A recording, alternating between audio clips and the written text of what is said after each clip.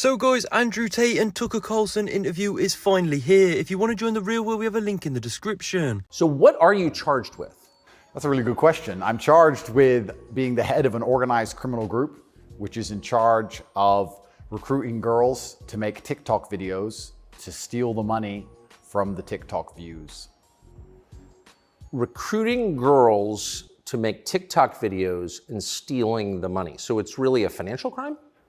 It looks that way, and it's very interesting because the girls who they've identified to add to the file are saying that we're not victims of anything and this isn't true. But the state believes it's true, and the state thinks that I, as a 35-year-old man, woke up. I was already extremely financially successful. I was already a father. I was already very well known. I had no financial motivation. I have no criminal record. It's not my personality profile, but I woke up at the age of 35 and decided to make girls do TikTok to enrich myself with the pennies that I would earn from TikTok views. So in the United States, I think the belief is that you were charged with human trafficking. Yeah, that's human trafficking, because what you do is you force a girl to work against her will for financial gain. That's human trafficking. And their justification for this is that girls do TikTok. Some girls I know who they found who say they're not victims have TikTok accounts. How do you force someone to do TikTok videos? I guess the prosecutor is going to have to explain that, isn't he? It's a very interesting scenario I'm in, and I'm inside of Romania, so I have to show a degree of respect to the Romanian judicial system, and I have to show a degree of respect to the situation I'm in. But the overall charge is that there's an organized criminal group. There's a group of us. I'm the head of it. My brother is below me, and we use the lover boy method to convince women to do TikTok videos to make money so that we can steal the TikTok money. So there's no, just to be clear, you are not accused of pandering, of pimping, of forcing women to have sex with anybody. No, not forcing them to have sex, not restraining their movement, not stopping them from living a full life, but the fact that we are somehow convincing them to have TikTok. Very interesting. I don't think... But there's no actual... I'm asking you this because I do think it's a widespread belief that you were accused of pimping. Yeah, no, that's nothing to do with any of this case. Absolutely nothing. And it's kind of scary because the crime in itself of human trafficking is a unique one because they can ignore the statement of the victim. So the girls have come forward and said, this is insane. You've just picked us because we're near Andrew and we're his friends. But the whole idea of the crime is they can say that she's brainwashed, right? She's under duress. So you can ignore her statement. State says she's a victim regardless of the fact that she says she's not a victim. So it's very interesting because the difference between sex and rape is consent, right? Right. But they remove all of that. They're like, nope, you're a victim. No matter what you say, we're deciding you're a victim. And they've chosen them. And of course, these girls do nothing pornographic. They've never had sex with anyone, nothing to do with that. So they've picked TikTok. So it's scary. Imagine you're a full-grown man anywhere in the world today.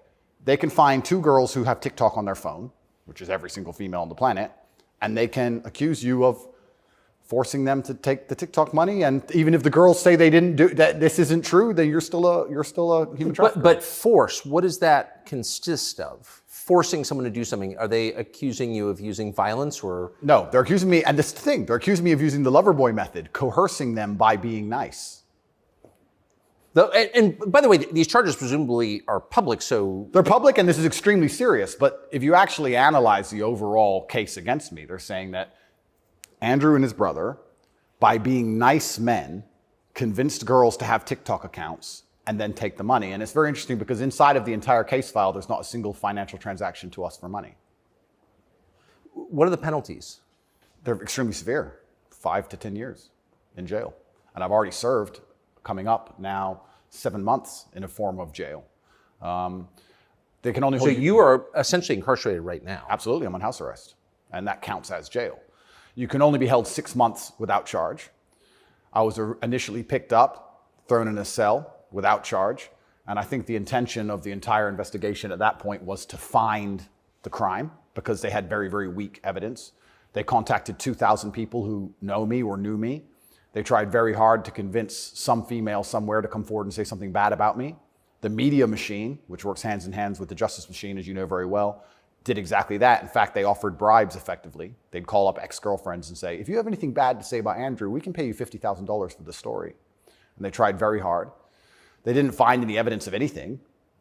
They then released me on house arrest. And then 2 days before the legal limit in which they had to drop everything, They charged me with whatever they had from the beginning, which is very little. And now we have to wait for the Romanian judicial system to analyze the file and, God willing, throw it away. How long did you spend in jail? I was in jail for 92 days in a Romanian jail cell.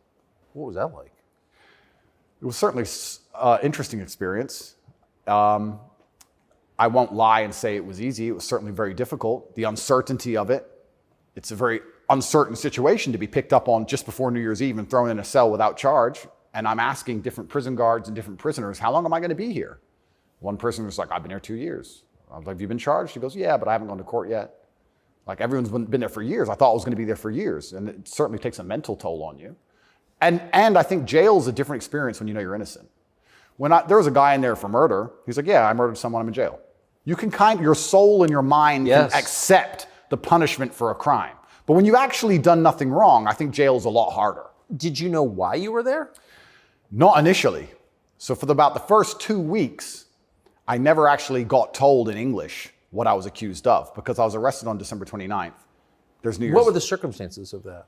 Yeah, December 29th, 5 a.m., the armed guards ran in this house. They spent all day searching the entire house. They were very interested in electronics, as most federal agencies are. And then they took me that evening and said, we're going to go and put you in jail for 24 hours. And after 24 hours, you see a judge, and the judge will decide if you stay in jail. And the judge decided I should stay in jail. What did you do? I mean, who'd you call? I had a lawyer, and my lawyer came and he said, we need to analyze the case file. We need to see what they have against you. You're being accused of human trafficking. I was like, human trafficking? That's insane. Who? When? What?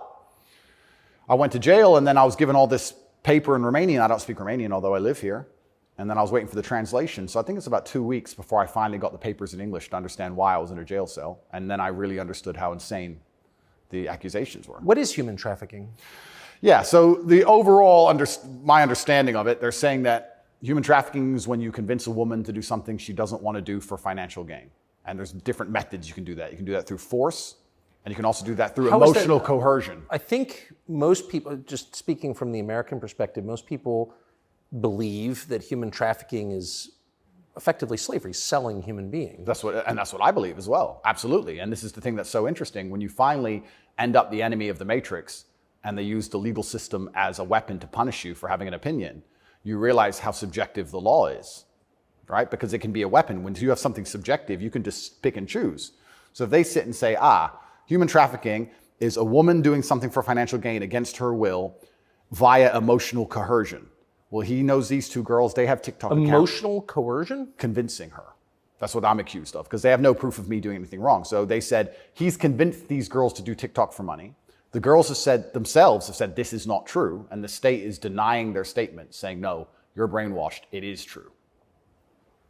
And I went to jail. So how is the state, so the state is trying to coerce the women. So how is the state not committing human trafficking by the same definition? Well, absolutely. It's very interesting. It's very interesting that you can sit someone down and tell them they're a victim when they say they're not a victim. You're a victim of being coerced, and we're going to try to coerce you into conceding you were coerced. Exactly. It's a very interesting scenario. And okay. Yeah, and it's a very interesting scenario. And it's up until this point, no judge has looked at the evidence of the case. So up until this point, I've been to court a bunch of times. But the only reason I was in court was to discuss my preventative detention. So under Romanian law, if you being free can impede the investigation, you should stay in jail. So the judge agreed that, yeah, maybe if he's free, he can damage this investigation because they're trying very hard to get something on this guy. So I've done a bunch of jail time. And now it just begins. The judge is going to look at the case. And like I said, God willing, I still have enough faith in the Romanian judicial system that she's going to look at this and go, this is not a crime.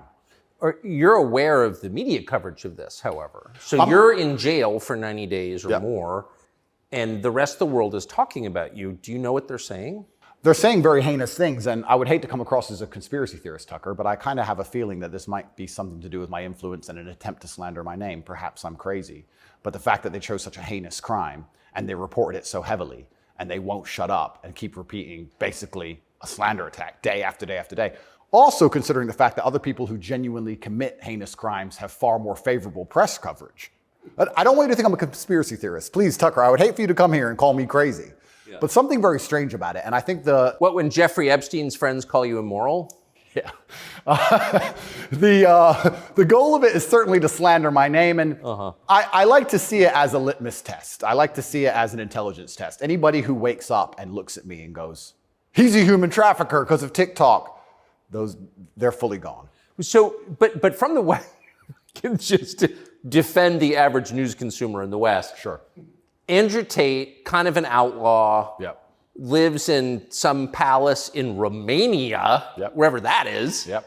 And and Romania sounds like the kind of place where human trafficking is like the main industry. A lot of it happens here. That's what's so crazy about it, right? What's so crazy is if they really wanted to find a human trafficker, I think they could probably do it quite easily. But they managed to get me. That's certainly the perception. But it's one of those charges that kind of sells itself. Oh, absolutely. And it doesn't matter if you're found guilty or not, right? You're a human trafficker forever. And but I do think that public consciousness is changing. I think with things like there's been some very large court cases recently involving some very famous people in which women were caught lying, trying to slander men's names for rape and these kinds of things. And I don't think people believe it anymore. But that scares me to a degree, because I think that the typical weapon, the standardized playbook, is now failing, and I don't know what the new playbook's going to be. It's almost like better the devil you know. That you're too famous, you're too successful, we don't like you. Call him a rapist or a human trafficker, put him all over the news, slander his name, try and wreck his life. Now that nobody believes it, what's the next move? What are they going to try next? Wouldn't it just have been easier to commit like a massive financial crime and defraud people of billions, come up with like a fake cryptocurrency, call it like, I don't know, FTX, or just give a name to it. Yep, something random. You know, steal billions and get your parents involved and buy a bunch of real estate in the Bahamas, and then like you'd be sort of a hero, right? Oh, absolutely. And I would have certainly made a lot more money than TikTok, because I don't think TikTok even pays you for views. And if it certainly does, I never got a single transaction from it. So it's a very interesting scenario. But if I was accused of a financial crime, my name would not be slandered. So no, of course. Well, of course not. You have the presumption of innocence. So just back to the jail thing. So you're in with your brother. At the beginning, I was not, but towards the end, I was. Yeah. What did you do all day? It's a good question. I looked at the wall, stared at the wall, smoked cigarettes, lots of push-ups, read the Quran. You smoked cigarettes, did push-ups, and read the Quran. Basically, yes, and certainly had some introspective moments. Tried my best to get out, tried my best to, via my small phone calls, understand what's happening in the outside world. Tried to make sure that the people I love and care about are taken care of, because I'm the man of my family, and I'm also the man of quite a large, I wouldn't say empire, but life. And there's a whole lot of people who rely on me. You know, you have staff and families, you have children and families. I know the feeling, yeah. So when you're plucked from that, it's kind of strange. You're in jail, and you're concerned for yourself, but your primary concerns are also all your duties as a man. I have duties as a man. I don't want children to starve. You've got a whole tribe. I've got people to pay. So it was very, very frustrating, constantly trying to make sure everybody else was okay and feeling helpless. That's what hurt me the most. I was trying to make sure everybody I love and care about was fine, and I wasn't as powerful as I should have been. And that was very upsetting. And especially if they were going to keep me there for years, I was having serious concerns about how I can feed the people I love. Did you ever come to the edge at all? No, I certainly had some days I was less happy than others, but I made sure that my mindset was built in a way that I could always be doing something constructive. And also, I think you get what you give in life. And if I ever felt particularly sad on a day, I would try very hard to make other people happy, because if I made other people smile, I'd feel better. So even the dinner ladies or the prison guards, I'd try very hard just to make people smile. I know it sounds silly. Some of the prison guards were more open than others, but there was a couple prison guards who were ice cold, who didn't want to say a word to me, and were like, "Hey, bro, your hair looks amazing," and he just stare at me like he wants. Shut up. But I just try my best to cheer people up, to cheer myself up, and as a man, all you can do is just find the resolve to continue doing the best you can in the current circumstance. So, what were the other prisoners like? I don't want to insult Romania in any way, and I love this country, and I chose to live here. But if I had to describe it for the people, for an American audience to understand, I don't think Romania and a lot of these countries have the same kind of mental health setup or the mental health support that a lot of Western nations have. So you end up in jail. So I think there was a lot of mental health problems inside the jail. So it was very similar. It wasn't just a jail. There was also a lot of mental health problems in there, which adds a new complexity and a new dimension to the suffering, because there's just random screaming and there's suicide and it's certainly not a very nice place to be. Oh, so it's horrifying. Yeah, I don't want to go back. you hear the phrase Romanian prison, and it sounds tough. So it was what you would imagine. It is, and when this process is over, there's a lot more I will say, but I will say the staff were very nice to me, and I want to make this clear. I want to make it very clear that all the staff in the jail were very professional and very nice to me. I would almost say that they believed I was innocent and they understood that I didn't belong there. There was a semi-apologetic vibe to the way I was treated by the guards, if that makes sense. Yes. They understood very well. I don't think anybody, like I said, with a functioning brain believes that me at the age of 35 decided to steal TikTok money and ruin my entire life without financial motivation to girls who say they're not victims of anything. I don't think anybody with a brain... Well, the fact that you're not accused of a sex crime or of violence, which I think most people don't really understand. Yep. And they can look it up. Yep. I mean, but you're not actually accused of Correct. rape, Correct. selling anyone, Correct. pimping. Correct. Okay. That right there raises a lot of questions. Well, yeah, and this is the thing that's so interesting because I'm accused of using a method of human trafficking called the lover boy method. So how that would traditionally work is a man would meet a girl, become her boyfriend, take her to another country, turn her into a prostitute, say I love you, like pimping. Of course. But they're saying, because all my conversations with these girls are very nice, they're saying that I use the lover boy method to convince them to do TikTok. And once again, I never made a penny from TikTok, and I have no interest in girls' TikTok's accounts, and I've never made any money from TikTok in my life. So that raises the question. So that right there, I think, I mean, we can let people assess. I'm not, an expert on the Romanian legal code, but that's kind of not the impression that most people have. Okay? And that's the media who have made that the media have tried very hard to do that. And if I had to estimate, I think that the overall intention was just to throw me in a cell, use the media machine to drum up something real. I think that's what the goal was. So, but what's and I believe that. It seems, obviously. Yeah. One thing, I've never been to Romania before, and one thing I'm struck by is the American presence here. Oh, it's massive. Fully understand that. So there are 3 NATO bases here. Yep. Now. They're bustling because of the war in Ukraine. Yep. One's on the Black Sea, Yep. right below Crimea. So this is strategically important, this country, to NATO. Absolutely. And so this is a lot less far away than I realized. It's much more American influence. Oh, absolutely. Do you think that played a role? Yeah, well, I think, and I don't want to get this incorrect, I think it's the 2nd or 3rd biggest U.S. embassy in the world. The U.S. embassy here looks like a prison. It's huge. They've got a huge embassy here. And even during Ceausescu, during the communism days, Romania was an ally of the West, even during communism. Yes. So, yes. Ceausescu came to New York. Yes, that's right, yeah. So Romania and America have been very good friends for a very long time. I have to be careful what I say, but it's certainly very interesting what's happened to me. The American embassy were not particularly helpful, let's put it that way. They weren't very interested in me being locked up without charge. They didn't seem very interested in getting me out. But you're an American citizen. Absolutely. And so you're an American passport holder. correct. So I think the average American believes, perhaps falsely, that if you're accused of a crime in a foreign country, particularly a less developed country like Romania, you go to the U.S. Embassy and someone takes an interest in your case just to make sure that your treatment falls within, accepted standards of justice. Yeah, they came to see me, but when I was asking them what they can actually do about all of this, they weren't particularly helpful. I don't want to peddle conspiracy theories, and I've heard a lot of information, etc. But I wouldn't say they sanctioned it. I don't know if they had to sanction it, but they weren't particularly interested in getting me out. But at least they came to see me more than once. I mean, they kind of pretended to care. The UK embassy didn't even pretend to care.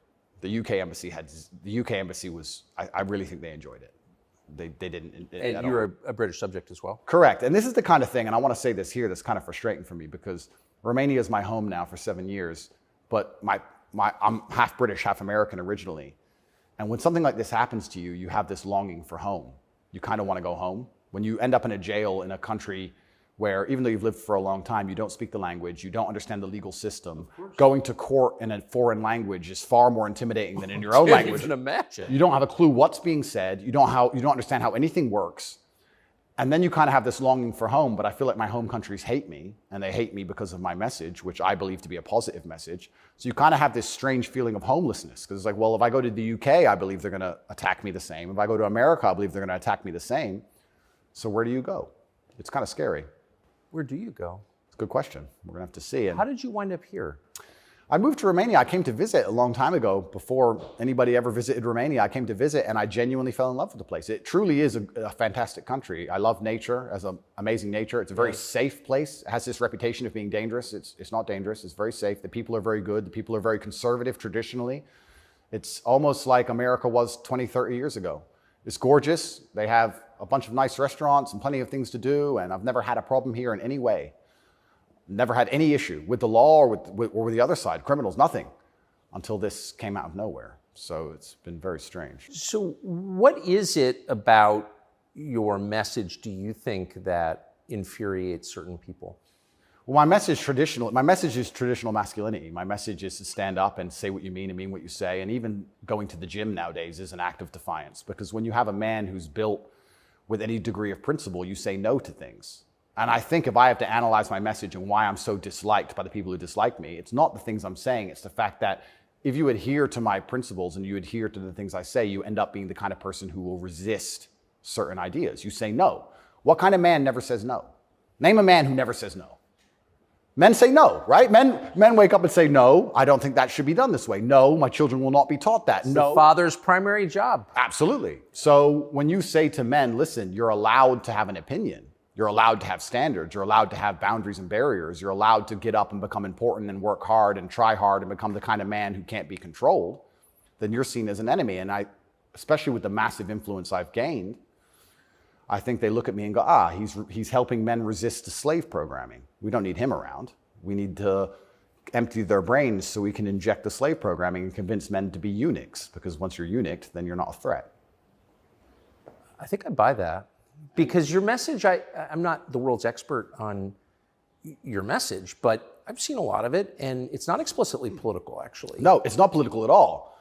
And their original attack before this Matrix attack is they weaponized virtue, which is what they usually do. There's no genuine virtue inside of these people. They weaponize virtue. They find a virtue, and they turn it into a bullet, and they shoot at you. I'm sure you know very well. Yeah, I've heard. Yeah. I was a misogynist for the longest time just for saying that men should have standards. If you tell a man he can have standards in a relationship in any way, you're a misogynist. It's actually very interesting because what does that mean to have standards in a relationship? But this is the thing that's so interesting about it, because they've gendered the argument when I never did. I said as a man, you shouldn't have a girlfriend who is a liar and a cheater, and you also shouldn't have male friends who are liars and cheaters. You shouldn't be around dishonest people, yes, male or female. Amen. And they gendered it and said, he's a misogynist. He's saying that men should only act this way with women, etc. I said that men should have standards, and you should have protocols that you're prepared to accept, and you should have hard parameters. And if a woman doesn't want to adhere to those parameters, that's her decision, and it's her prerogative, but you don't have to stay with her. Why should you? What's wrong with that? Well, that's teaching men to say no. They don't want men to say no. So are you arguing that it's better to be with a virtuous woman? I think so, yes. I know that's crazy. No, I'm serious. I mean, that seems I like am, Tucker. I don't want to. That seems like good advice. I don't want to come across as extreme. But yes, I am. And what's actually funny is I really believe most of the things I'm saying were accepted by absolutely everybody 15 years ago, 10 years ago. And now it's public enemy number one. And it's because of the mass influence I have. At one point, I became the most Googled man on earth. At one point. And it's a scary situation I'm in. But if you're arguing that it's really important for a man to find a good woman, a decent woman, an honest woman, that's the truest thing that's ever been said. I Absolutely. mean, that's the most important thing any man can do. I mean, I can just tell you firsthand. Oh, thank you very much. Married 32 years, that's the most important thing. And you think saying that angered people? Absolutely, because I'm arguing the only way to do that is via masculine excellence. I'm saying in the world we live in today, it's hyper-competitive. And if you want to be the kind of man that has the choice of women to choose a good one, you need to be an excellent man. It's no longer acceptable for you to just be an average Joe or below average. You have to get up and you have to work hard and you have to be smart and interesting and you have to be charismatic and make some money and be in good shape and you have to try very hard. And unfortunately for them, if you follow that path as a man and you become successful in those realms, you end up being the kind of person who resists enslavement. You become the kind of person who wakes up and says, no, I don't believe in that. That doesn't make sense to me. I can't imagine a better message than that. If you want a good society. So then you have to argue and sit and say, do these people want a happy, functioning society or do they want something else? What do you think? I think that I would never kill myself. And I also... Just throwing that out there?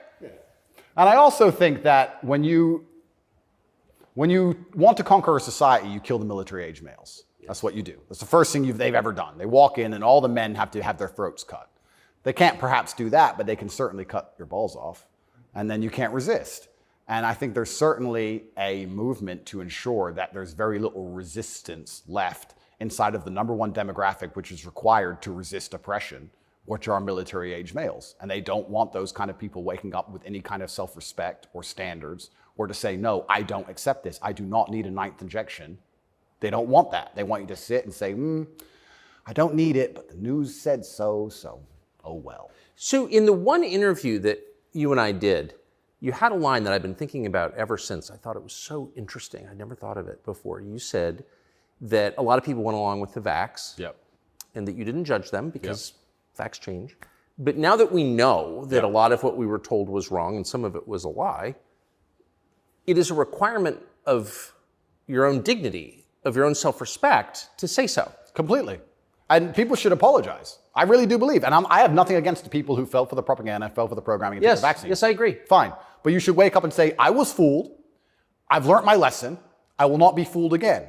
But if you were fooled by the MSM and took the injection, and you continue to be fooled, and you've not self-reflected, and you've not realized that they lied to you the entire way, and you now believe the new bunch of lies that are all over the television, then there's something wrong with you. Or you don't care that you were lied to. You don't care that you were lied to, because I think a lot of this is actually genuinely cowardice. I think it's a very easy worldview. The life is easier if you accept the news tells the truth. Yes. Everything they want me to believe is true. Everything's nice and simple. Good guys, bad guys, doop-de-doop-de-doo. And if you want to actually wake up, it takes a degree of bravery, because then you have to destroy your entire worldview, everything you've ever understood and everything you're told, and you have to really look at the world and go, oh, this is a mess. And that takes bravery. And once again, that's why they don't want men to be brave. They want you to sit there and go, oh, it's easier if just, CNN said, so it must be true. And it's cowardice. And they're trying to instill cowardice in all of us. That's what they're trying very hard to do. And I think even just me as a person, the people who hate me, my detractors who dislike me so much, even if I say nothing, I just turn up, big, bald, strong, fast car. It's just me. I'm like the enemy to them, because I symbolize men who don't comply. And not don't comply in a negative law-breaking way, but don't comply if we don't agree with that or we don't see common sense in that, we're going to politely decline. And that's simply not allowed. What's it like to have the prospect of prison hanging over you? I think that I like to believe that this is a test from God. I like to believe that if you become the most Googled man in the world for saying that you have mental resilience, that God is going to make sure you don't have that degree of fame without testing you. I like to believe that God comes along and says, yes, I've allowed you to become the top G. We're going to see if you really are the top G. I believe that's how the world works. It's certainly intimidating, especially knowing you're completely innocent. But I believe it's a test, and I believe it's my job to pass the test for my ancestors and for people watching over me and for God. And I think I have to do the absolute best I can possibly do in the scenario and the circumstance, regardless of whether I win or lose. I still believe I'm going to win because I've seen the case file and I've seen that no laws have been broken. But even in the very unfortunate circumstance that this matrix attack goes deep enough to throw me into a jail cell, I think I should handle it like a man. I think I should stay and finish the process, and I should walk with my head held high and suffer as much as I need to suffer to stick by my convictions and know that I'm an innocent person. And I refuse to break. I refuse to cry. I refuse to be depressed about it. I'm going to wake up and I'm going to smile regardless. And regardless of what happens to me, I want everyone to know that, one, I would never kill myself. And two, I think that as a man, there's always going to be a degree of pain and suffering in your journey. I don't think you're ever going to become a successful man or be good at being a man without pain and suffering. And there's many times in my life where something terrible happened to me, and at the time, if I could change it, I would have. But retrospectively, you kind of look back and go, you know what, that was formulative for me. That's right. That is what God decided I needed to become who I became. So all of the pain and all the suffering I've ever gone through in my life ended up, in the end, building me into the person I am, and I'm proud of who I am. So if God decides I need to go back to a Romanian dungeon for however many days, then all I can do is accept it and accept his plan and accept that it's going to make me a better person and so deal with you it. see the hand of God in your life? Absolutely. I think that he is the best of planners. And like I said, if you retrospectively analyze all the times in life you wish you could have changed things, yes, he knew better. And I'm going to have to accept that. When did you conclude that? I guess I always kind of knew. I was atheistic for a while when I was younger. But as you get older, you start to look at the world and understand that the thing for me was actually, I guess, a scientific principle. It was Newton's law of equal and opposite force. If there is evil in the world, and I'd like to think we both agree there certainly is, yes, there has to be an equal and opposite force, which is good. And I would like to think that that is God. Even the idea of God as a notion, even just as a concept, if that idea of God resists evil, then God is real. If you have two islands, you have two people, let's say a ship crashes, and you have two people who swim to two different islands, and one island they're atheists, savages, and they rip you apart. And the other island, you get there and they believe in God and they believe they're not allowed to kill you. Even just their idea of God, God saved your life. So I think even just the concept of God in and of itself, if enough people believe and it makes them do good, then God must be true. And that's the equal and opposite force to the evil of the world. And this is how I view it. So I don't see how anybody with a conscience cannot believe in God anymore. That's such a profoundly different worldview from the one that we're presented with, I think. Yeah. Do you think that's maybe the division in the West between people who see those forces at work and those who don't? I think the West is actually split between people who think and people who don't think at all. I think the people, there's no such thing as these two opposing worldviews. I think people believe there's worldview A and worldview B. I disagree with that. I think there's worldview A, the good guys, which are primarily people who do believe in God, do have parameters, do believe in standards, do believe in self-respect, do know how to say no. And there's worldview B, which changes day by day, based on what they're told, which means they have no real worldview at all. They just repeat. And they have no standards and they have no parameters. There's nothing you can tell them that will make them wake up and go, that's wrong, because they have no inherent morality. So you can literally, you could say bestiality is accepted and encouraged now. It's good for you because for climate change. And they'll sit there and go, oh, for climate change, oh, well, off we go. And they'll just do it. So I think you have a camp of people who think, and you have a camp of people who repeat. And I don't think there's actually the opposing side to the good, I don't think function as a thinking populace at all. I think they simply repeat. It feels like the conflict between those two groups is getting more intense. It's certainly getting more intense. And it was interesting for me because, and I want to be an optimist, but I lost so much faith in humanity during COVID. If you would have told me how COVID would have gone down before COVID, I'd say, no way. We're not that bad. I thought the people aren't that dumb. But when I experienced COVID, it's actually scary. You see how the Nazis managed to do what they did. You see how they managed to put people in concentration camps. You see it. And I had a very unique view of COVID because in the first days of COVID, when people were falling over in China and the Italian hospitals were overrun, at the height of the panic, when most people believed, because it was the very beginning, early stages, my brother and I had a very logical conversation and said, we're two military-aged men in very good physical condition. If we die of this, the world's over. If it can kill us, it's zombie apocalypse. So why are we going to live in fear? So we found the only two countries that were open, which were Sweden and Belarus. We had just been to Belarus. This is before the Ukraine war. We'd just been there. We decided to try Sweden. So for the first 3 months of COVID, during the height of lockdowns, when Florida was closed, when it was I remember. Yeah, when it was the craziest lockdowns globally, me and Tristan are in Sweden in absolute freedom. They had no restrictions, no masks, no vaccine passports, no social distancing, nightclubs are full, restaurants are open, perfectly complete normal society. Nobody talks about this anymore. Nobody talks about, wait, Sweden never did a thing.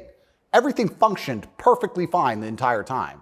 And they don't have it, where's their illness of their winter of severe illness and death? Yes. They never had one.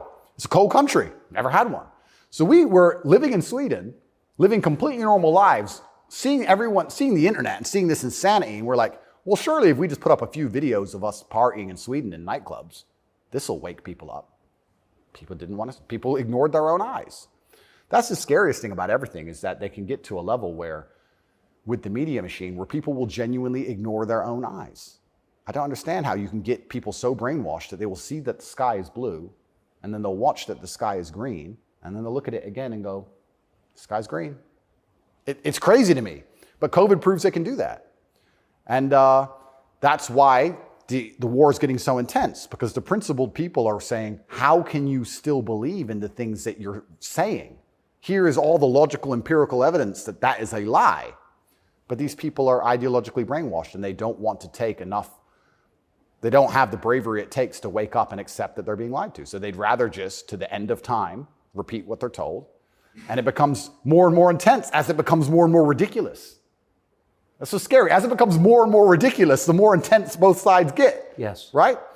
So what the future holds, I'm not entirely sure. But I like to believe, even my current charges, I found solace when I was in jail, that the thinking people are looking at this going, something about this doesn't seem right. Well, I mean, it is a little bracing. I mean, when I discovered, I mean, I was sympathetic to you already. Yeah. But, you know, a man's accused of human trafficking. It's worth finding out what he's accused of. Sure.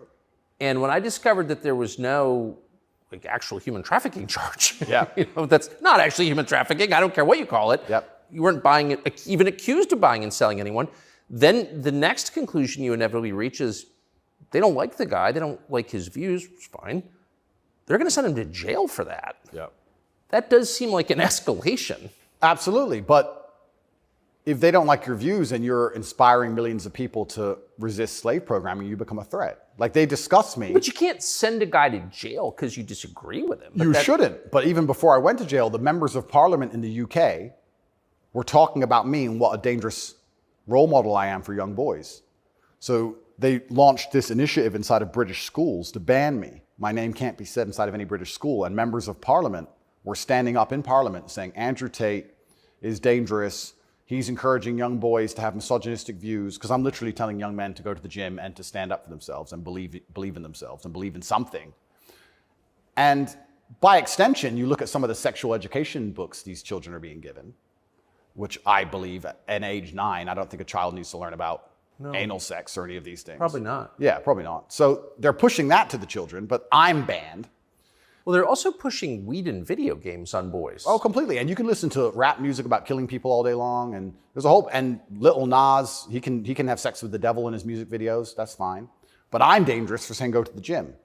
And once I realized what was scary to me is, I said this to my brother. I said, once the parliament's discussing you, you're basically considered a national security threat at this point. You're a threat to national security at that level. And then all bets are off. Right? What about the UK? So the UK has become more authoritarian than anywhere in the Persian Gulf. Correct. How did that happen? Yeah, and it's, like I said, it's very interesting because people still, the people in Camp B who don't think, a lot of them believe that the law is fair. I've had people say to me, oh yeah, what they're doing to you is garbage. You need a lawyer. So yeah, I do need a lawyer, and I do have a lawyer. Thank you. But it's not that simple, unfortunately. You know, the law is very subjective. And if they want to attack you with it, they're going to do a very good job of attacking you with it. And that's what the UK does. The UK have these laws which are extremely subjective, and they can use it as a weapon to basically silence anyone they decide. But or why? hurt anyone they decide. England is the birthplace of free speech, Completely. of habeas corpus, of kind of framework of liberal democracy that we thought we believed in. Yep. And now it's a country where people are arrested for praying. Well, what happened? Good question. And there's a saying that I heard, and I don't know who said it, but he said that a sick country adopts laws like a dying man will try medicine.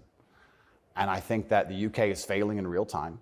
If you look at it in any metric, whether it's living standards, whether it's crime rate, any metric you can measure the success of a country by, it's fallen off the cliff. It's becoming more and more expensive to live there. The education system's gone down the pan. London is the stabbing capital of the world. You're not safe to leave your house. So their answer to this is just more and more and more laws. And unfortunately, as they do that, they're not even intelligent enough to actually attack the people who are doing genuinely bad to the world.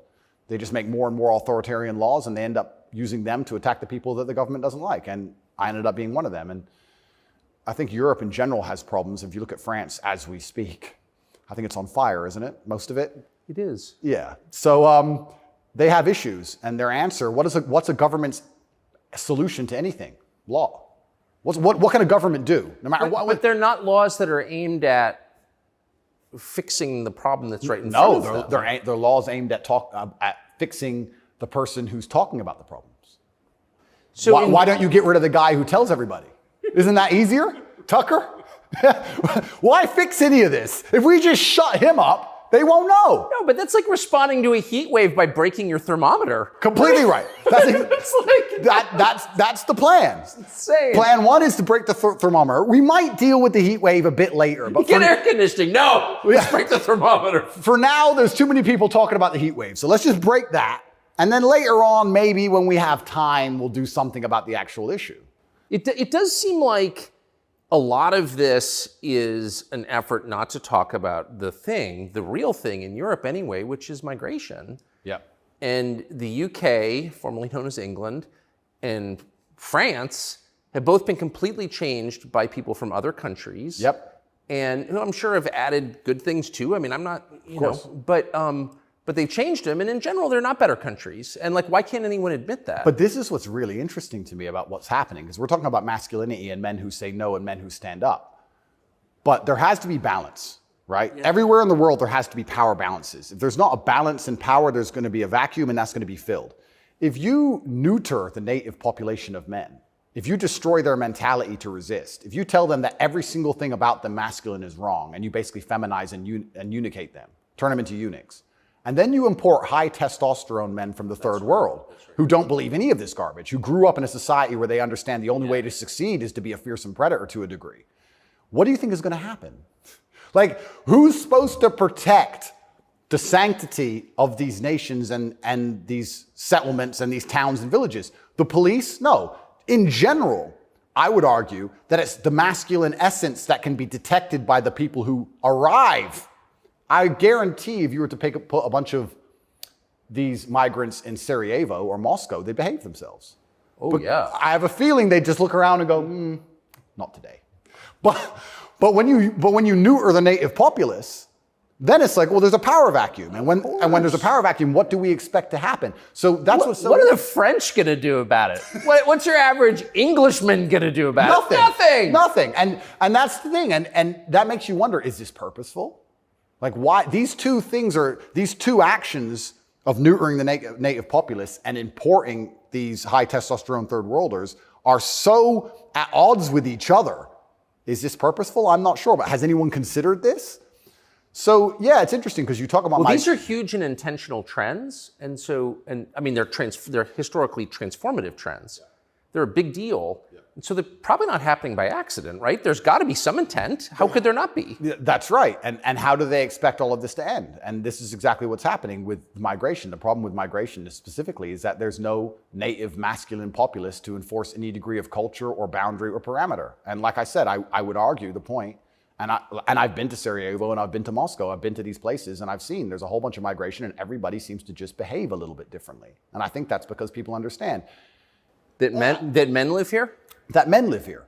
Yeah. If you turn up in someone's house and their house is pristine, you're probably going to take your cup and you're going to go put it in the kitchen.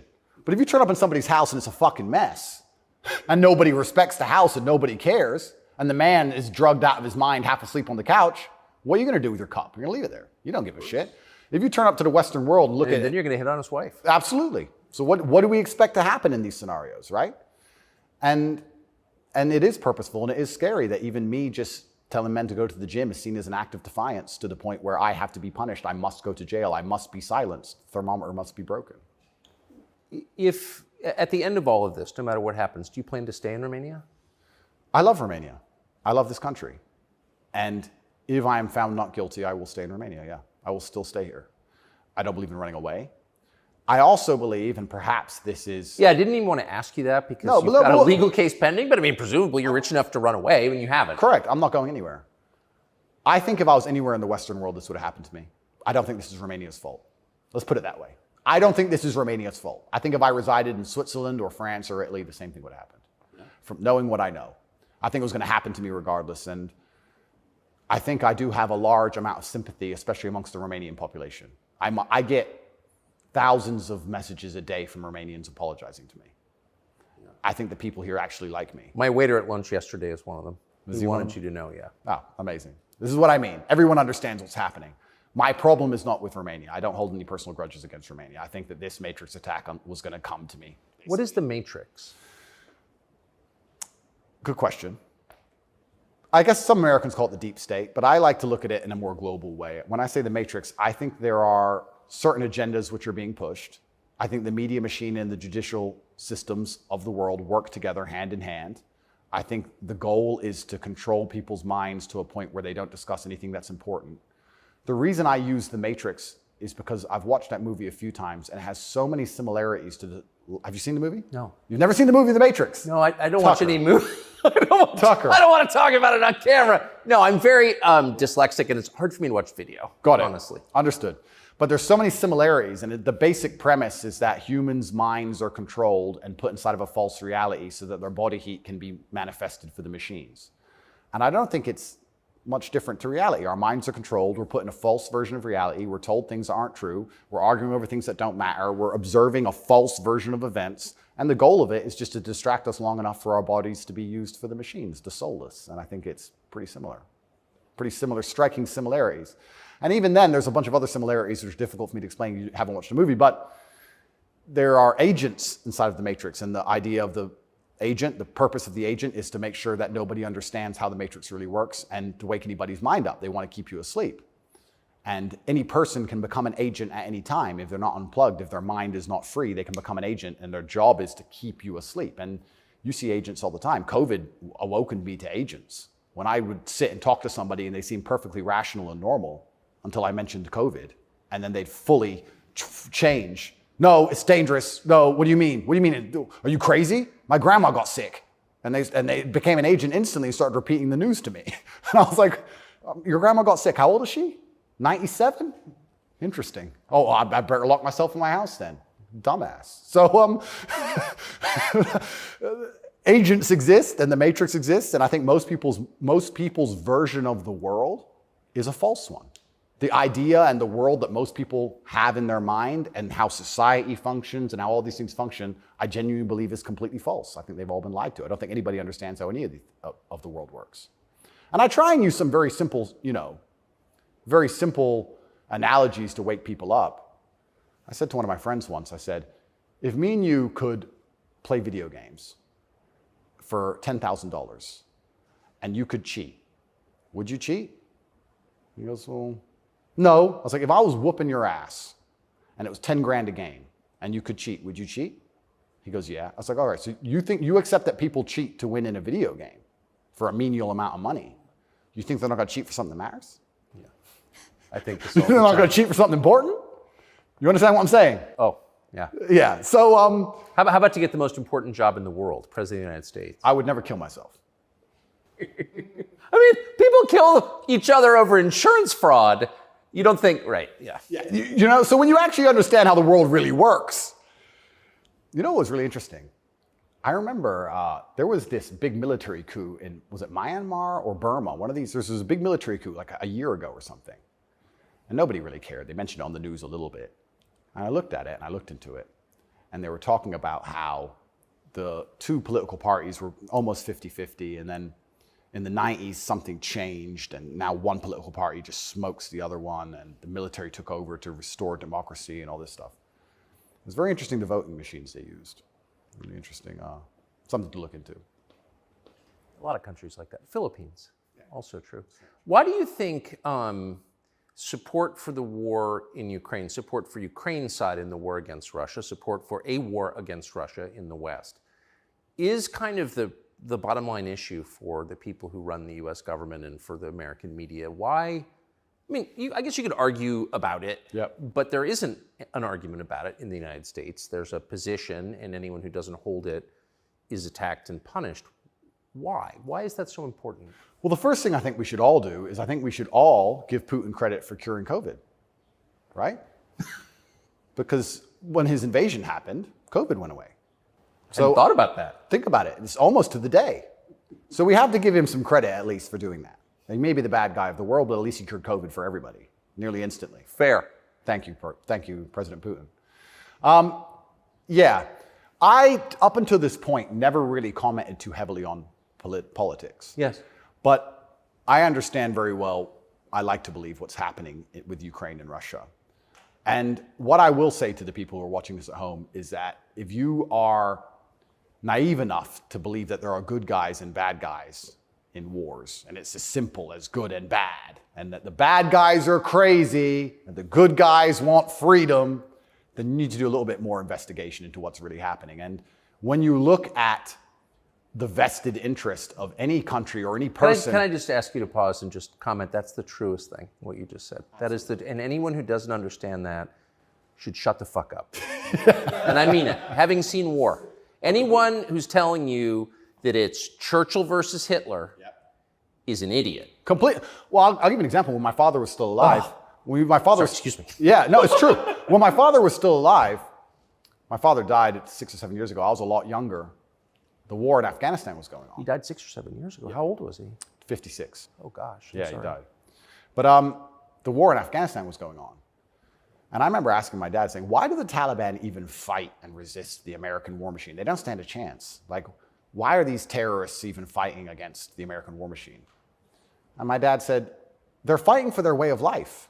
They want their wife, and they want their children, and they want their society and their language, and they don't want pride flags, and they don't want American bullshit, and they don't want to be told what to do. And they're fighting to be a culture and be a people which is independent in and of itself. Like, they're not the bad guys you think they are. They're people who are like, why are you here? What do you want? We don't agree with that. That's against our holy book. Fuck off.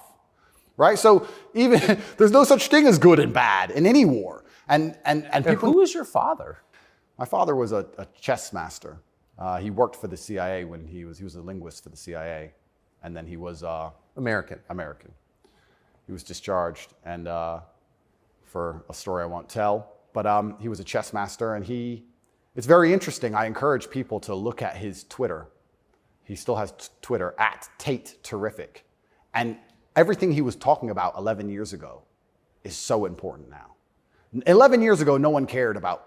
We had the Donbass in 2014. People cared. Yes. People cared a bit. But he predicted the future. You want to see how chess players can see the future? Read his Twitter. Everything from LGBTQ, why they need your kids because they can't have their own, to the war that's coming and how Europe's going to have an energy crisis, to the letter. It's all on his Twitter. It's amazing to read. It's like you could tell the future. 10 years ago, no one talked about any of this stuff. Did he live in the U.S.? Yes. Yeah, he lived in America. Fascinating. Yeah, it's crazy. But he was telling me about a lot of this stuff even when I was a lot younger. And as we said, there's no good guys and bad guys. But when you have a vested interest in something, I think that people are relatively simple. You're talking about why the American government has such a vested interest in this war. Which is not good for America. Which is not good for America. So is it, well, we can say it's for money or we can say it's for power. What else would it be for? What, is it really for freedom and democracy? Well, I think that's already been destroyed by Zelensky, hasn't it? So yes. What is it for if it's not for money and power? And then you say, well, who's the money and the power going to? These are logical conversations. It's a very logical thought process. I agree. You know, wouldn't it be interesting to say, okay, I woke up, I'm an American. I would never kill myself. I woke up, I'm an American. Why does America care? Well, I guess it's for money or power. There's no other reason. Okay, well, America wants to be a rich, powerful country. That's fine. Is the money and power going to America, or is it going to a select few individuals? Are those select individuals interested in me and my life? Do they care about benefiting me? Do I need to support the power grab of these select few individuals? Is that going to be a smart move for me to make, for me to have the best possible human experience? This is a very logical thought process. Yes. People don't seem to think anymore. They believe that there's a good guy and there's a bad guy, and one team's completely good and one team's completely bad. One team's crazy. They often use the word crazy because to be completely bad, you have to be crazy, right? So you're crazy. He's crazy, just for no reason. Reasonless. It's insanity. I don't know if you saw Lukashenko with the BBC. Did you ever see that interview? No. Oh, brother. Please watch it. The way he destroys the BBC. I thought I did the best job, but I take second place. Amazing, amazing. But yeah, and you just have to be critically thinking. And then after you're critically thinking, you have to be brave enough. And this is the real pandemic of the world, is cowardice. You have to be brave enough to look around you and realize, everything was a trick. Everything was a lie. But why not be a coward? I mean, it's just a lot easier, right? Well, it used to be. This is the thing that's interesting. I would actually argue in the 1950s and 60s, if you were to agree with every single narrative and obey every single law and do exactly what you were supposed to do and pay your taxes, etc., you'd at least get a wife who respected you. You'd at least have children who could go to school without being indoctrinated to a degree. Yeah. You could have a nice house. You could have a pickup truck. You could have a pretty good life if you just followed the rules. Yes. I don't think that's true anymore. I think that if you are a man especially, and this is what I talk about masculine issues. If you're a man who was born and you decide to do exactly as you're told, you're going to end up depressed, in debt, working a job that you hate, with a wife who doesn't respect you, with kids who don't listen to you, in a house you don't own, until she leaves you, and then you contemplate suicide a while, and maybe you might find some purpose towards the end, enough to survive and pay your taxes, and then you're gone. I don't think a man who just follows the programming is going to find any happiness. But they don't care. Why would they? They have no interest in masculine happiness. This is another thing that's very interesting. They talk about men's mental health all the time, especially in the UK. I'm not sure about America, but in the UK, they had this big drive for men's mental health, saying that men commit more suicides. A lot more. Because it's hard to be a man. We commit more suicides, we're more depressed, we have all these mental health problems. I come along, I genuinely get thousands of emails a day saying I'm helping men's mental health, but no, can't help it the way Andrew wants. You can't tell them to go to the gym and stand up for themselves and have pride. What kind of man's going to have a solid mentality and not have mental health issues if he has no pride? That's part of being a man. Part of being a man is proud of yourself. If you wake up and you're not proud of who you are and how you look and the things you say, how are you ever going to have a solid mentality? So when I teach things that genuinely help men's mental health, that's outlawed. No, you're not allowed to do that. Instead, you have to take our version, which is to pretend to care about men's mental health, but not give a shit. Give them a life they know they're not going to enjoy, pay taxes, and die. And men are the backbone. And medicate them. And medicate them. Medicate them long enough to keep working. The same way as we medicate farm animals. Just a bunch of injections. Yeah, just keep them alive long enough to get the milk. Milk's gone. Chop the head off. Boom. They need to put you in prison. They're trying. Yeah. I can see why. They're trying. And it's scary. A lot of people, but then what do? Do I just shut up? No. You don't think so? No, you can't shut up. I mean, because in the end, your self-respect, your dignity is the only thing. That's right. And this is what people don't understand. People say, Andrew, why are you fighting this war? And they don't understand that war is certain. You either fight war against injustice and you fight war against the things you know that are wrong and you feel good inside of yourself, or you accept the slave programming and fight a war with your own mind. You have to fight something. Yes. I can shut up and believe what I'm told in the news, but then why am I so unhappy all the time? Why am I depressed? Why does my life suck? Why does my woman ignore me? Why do my children not respect me? You're fighting a war, then you're fighting a war with your own mind. I'd rather have all of me on side and fight against what I know is genuinely evil. You can't escape the battle. The battle's here for all of us. So I've made my decision, and that's why I can't be quiet, because you just said I would lose my self-respect, and I'd lose my dignity, and I don't think I can function that way as a man. And I don't think any man should be able to function without self-respect and dignity. The reason men died on the Titanic was for self-respect and dignity. They went into the icy cold water and died because they would feel honorless if they jumped on the boat and left the women to die. That's right. So when you have self-respect and dignity, you have a hard parameter, and you'll do things which are deemed crazy or insane because you believe in them and you stick up for yourself. And that's why they don't want men to have self-respect and dignity. Rather be a free man in your grave. Absolutely. So I can't be quiet, and I'm going to say what I believe is true. And I genuinely believe I'm helping the world. I think that any young man who is a follower of mine, I will argue there's no influencer on the planet besides me who is genuinely benefiting their life. I know you're not big on the internet. I look at these other streamers and these other influencers. They play video games all day. They smoke weed on stream. They talk garbage. It's a bunch of drama back and forth like girls. I'm the only influencer or streamer who's genuinely talking about making money, because you need to have money to escape the matrix. It's very hard to resist enslavement when you have to pay the bills. Getting physically strong, because a strong body is a strong mind. Standing up for yourself. Self-motivation. All these things. I'm talking about genuinely positive things. Very few people are. And I think that is an extremely important message that needs to be told. And I'm not going to stop doing it, because I know I'm genuinely helping the world. And they're going to try and punish me for it for the rest of my life. I think this is just beginning. And I think when I beat this case, which I believe I will beat, I think something else is going to come. And it's kind of scary, because I am a little bit afraid and a little bit intimidated by the incompetence of my enemy, because their standardized playbook is now failing in real time. The standardized playbook is the media attack, the lie, and it's not working anymore. And it got me a little bit worried about what the next move is. You used to just be able to lie about a guy all over the news and you win, right? But now it's like, shut up. So now what? I don't know. And that's what's kind of scary in my scenario, because nobody's going to believe any of the crap they print about me.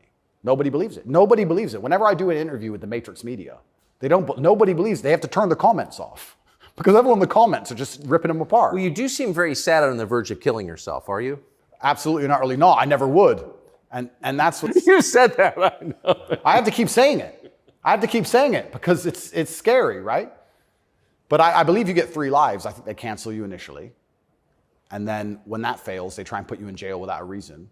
And if that fails, there's only one option left after that. That's right. So I'm in a very scary scenario. But I guess the same as the men on the Titanic just couldn't get on the lifeboat.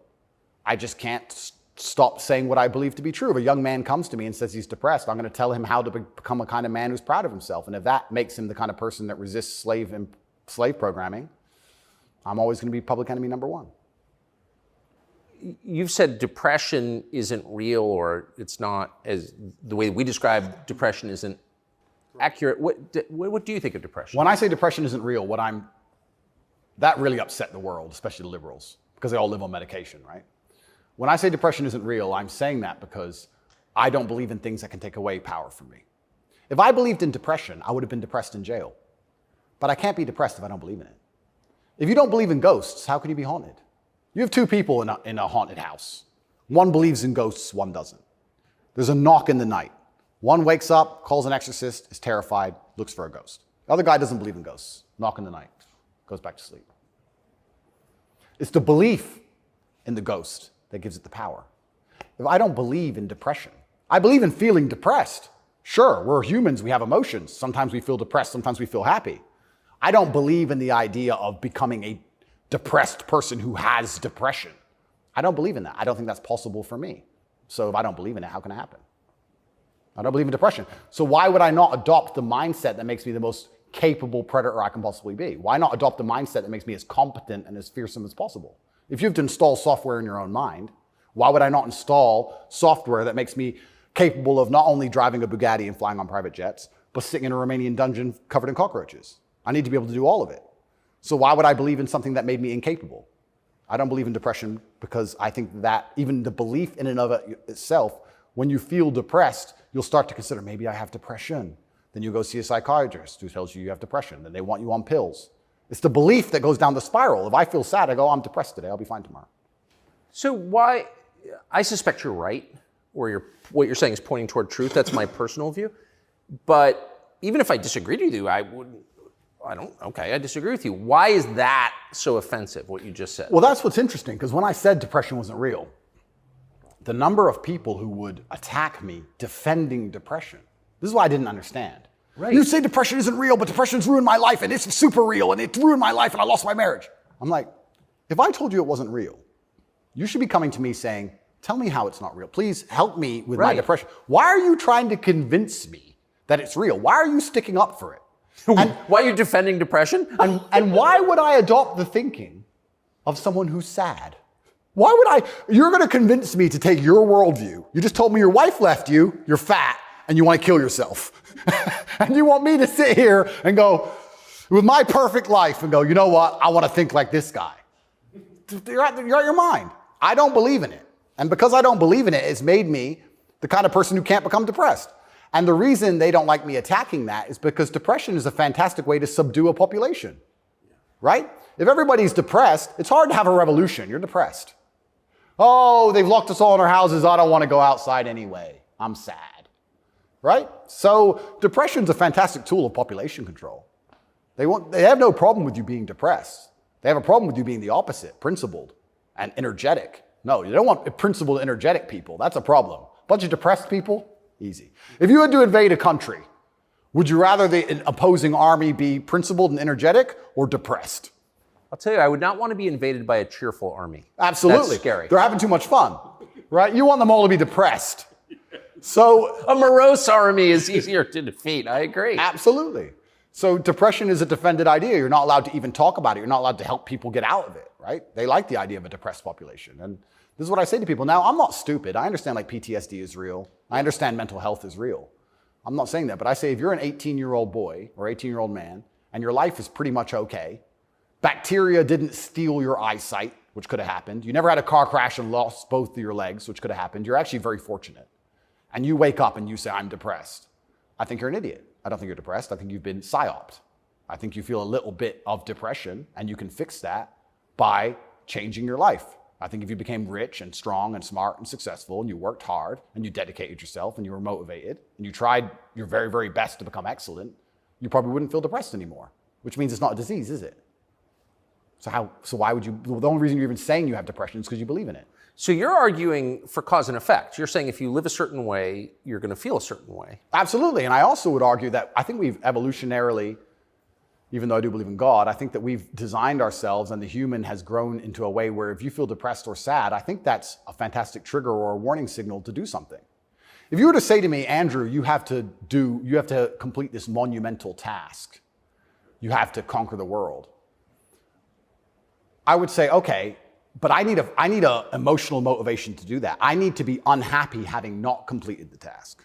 I need to be uncomfortable, right? If you're uncomfortable being out of shape, you'll get in shape. If you're happy being out of shape, then you're just going to stay out of shape, right? So if you feel a degree of uncomfortableness inside of your mind, I think it's just your mind telling you that something about your life needs to change. Yes. You need to get up and change something.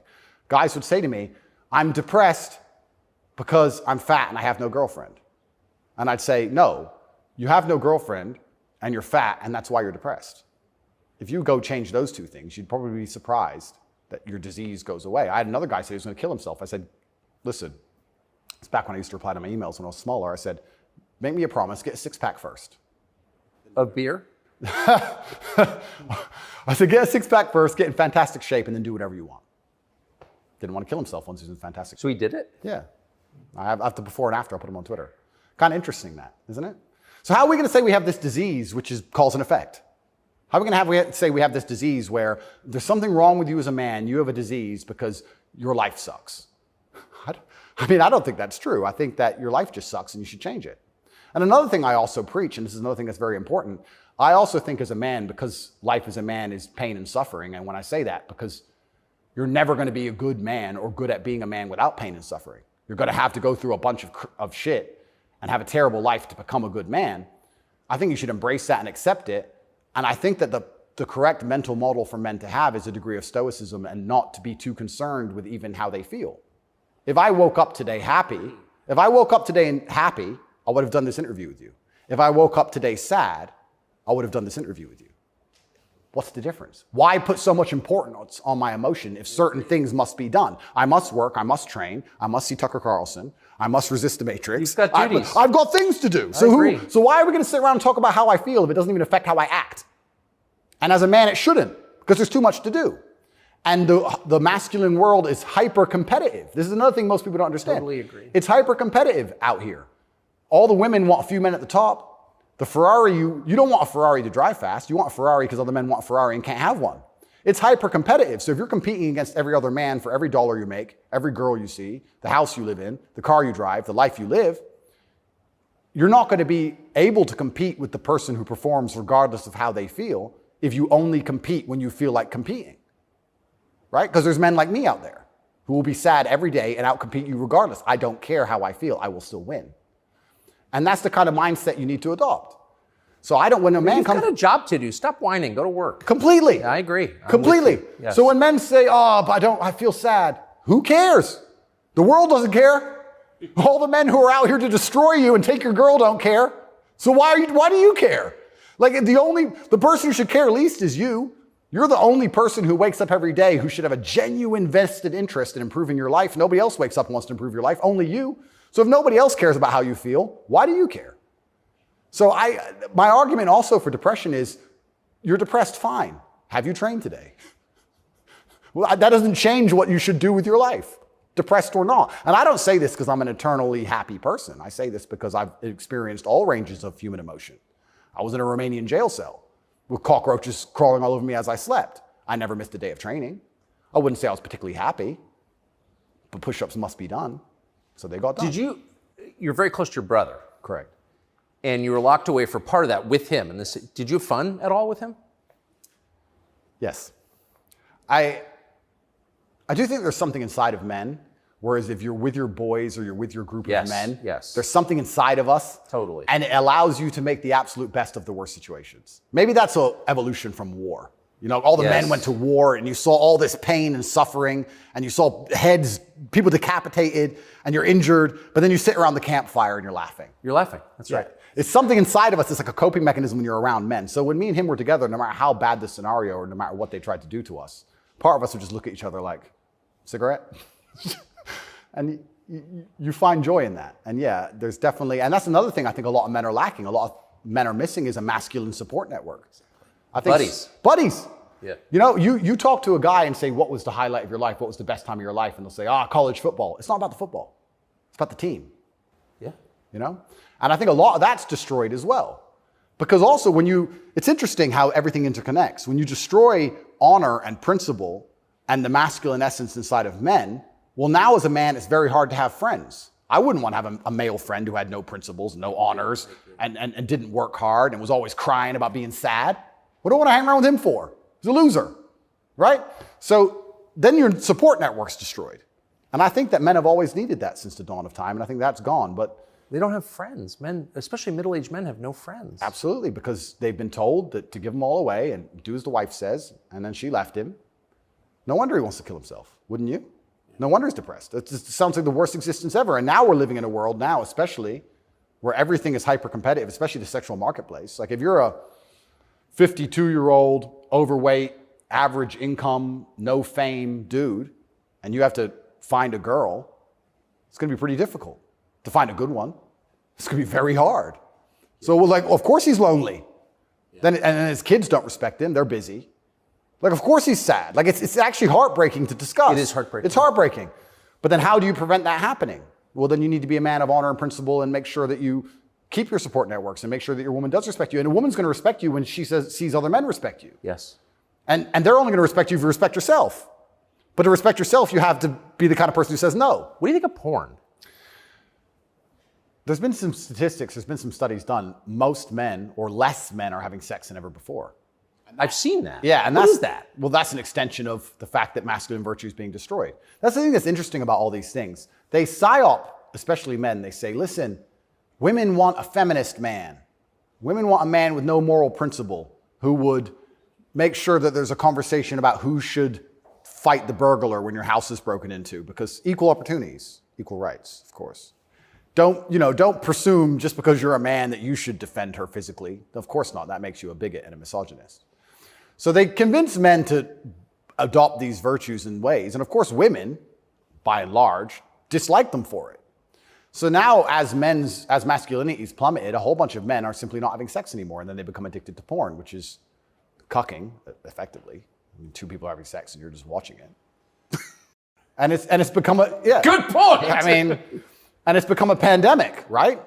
So men are replacing genuine sexual relationships with just the computer screen and porn. And it's becoming a very, very big problem. And that's also exasperated by the fact that I think the sexual marketplace has become globalized.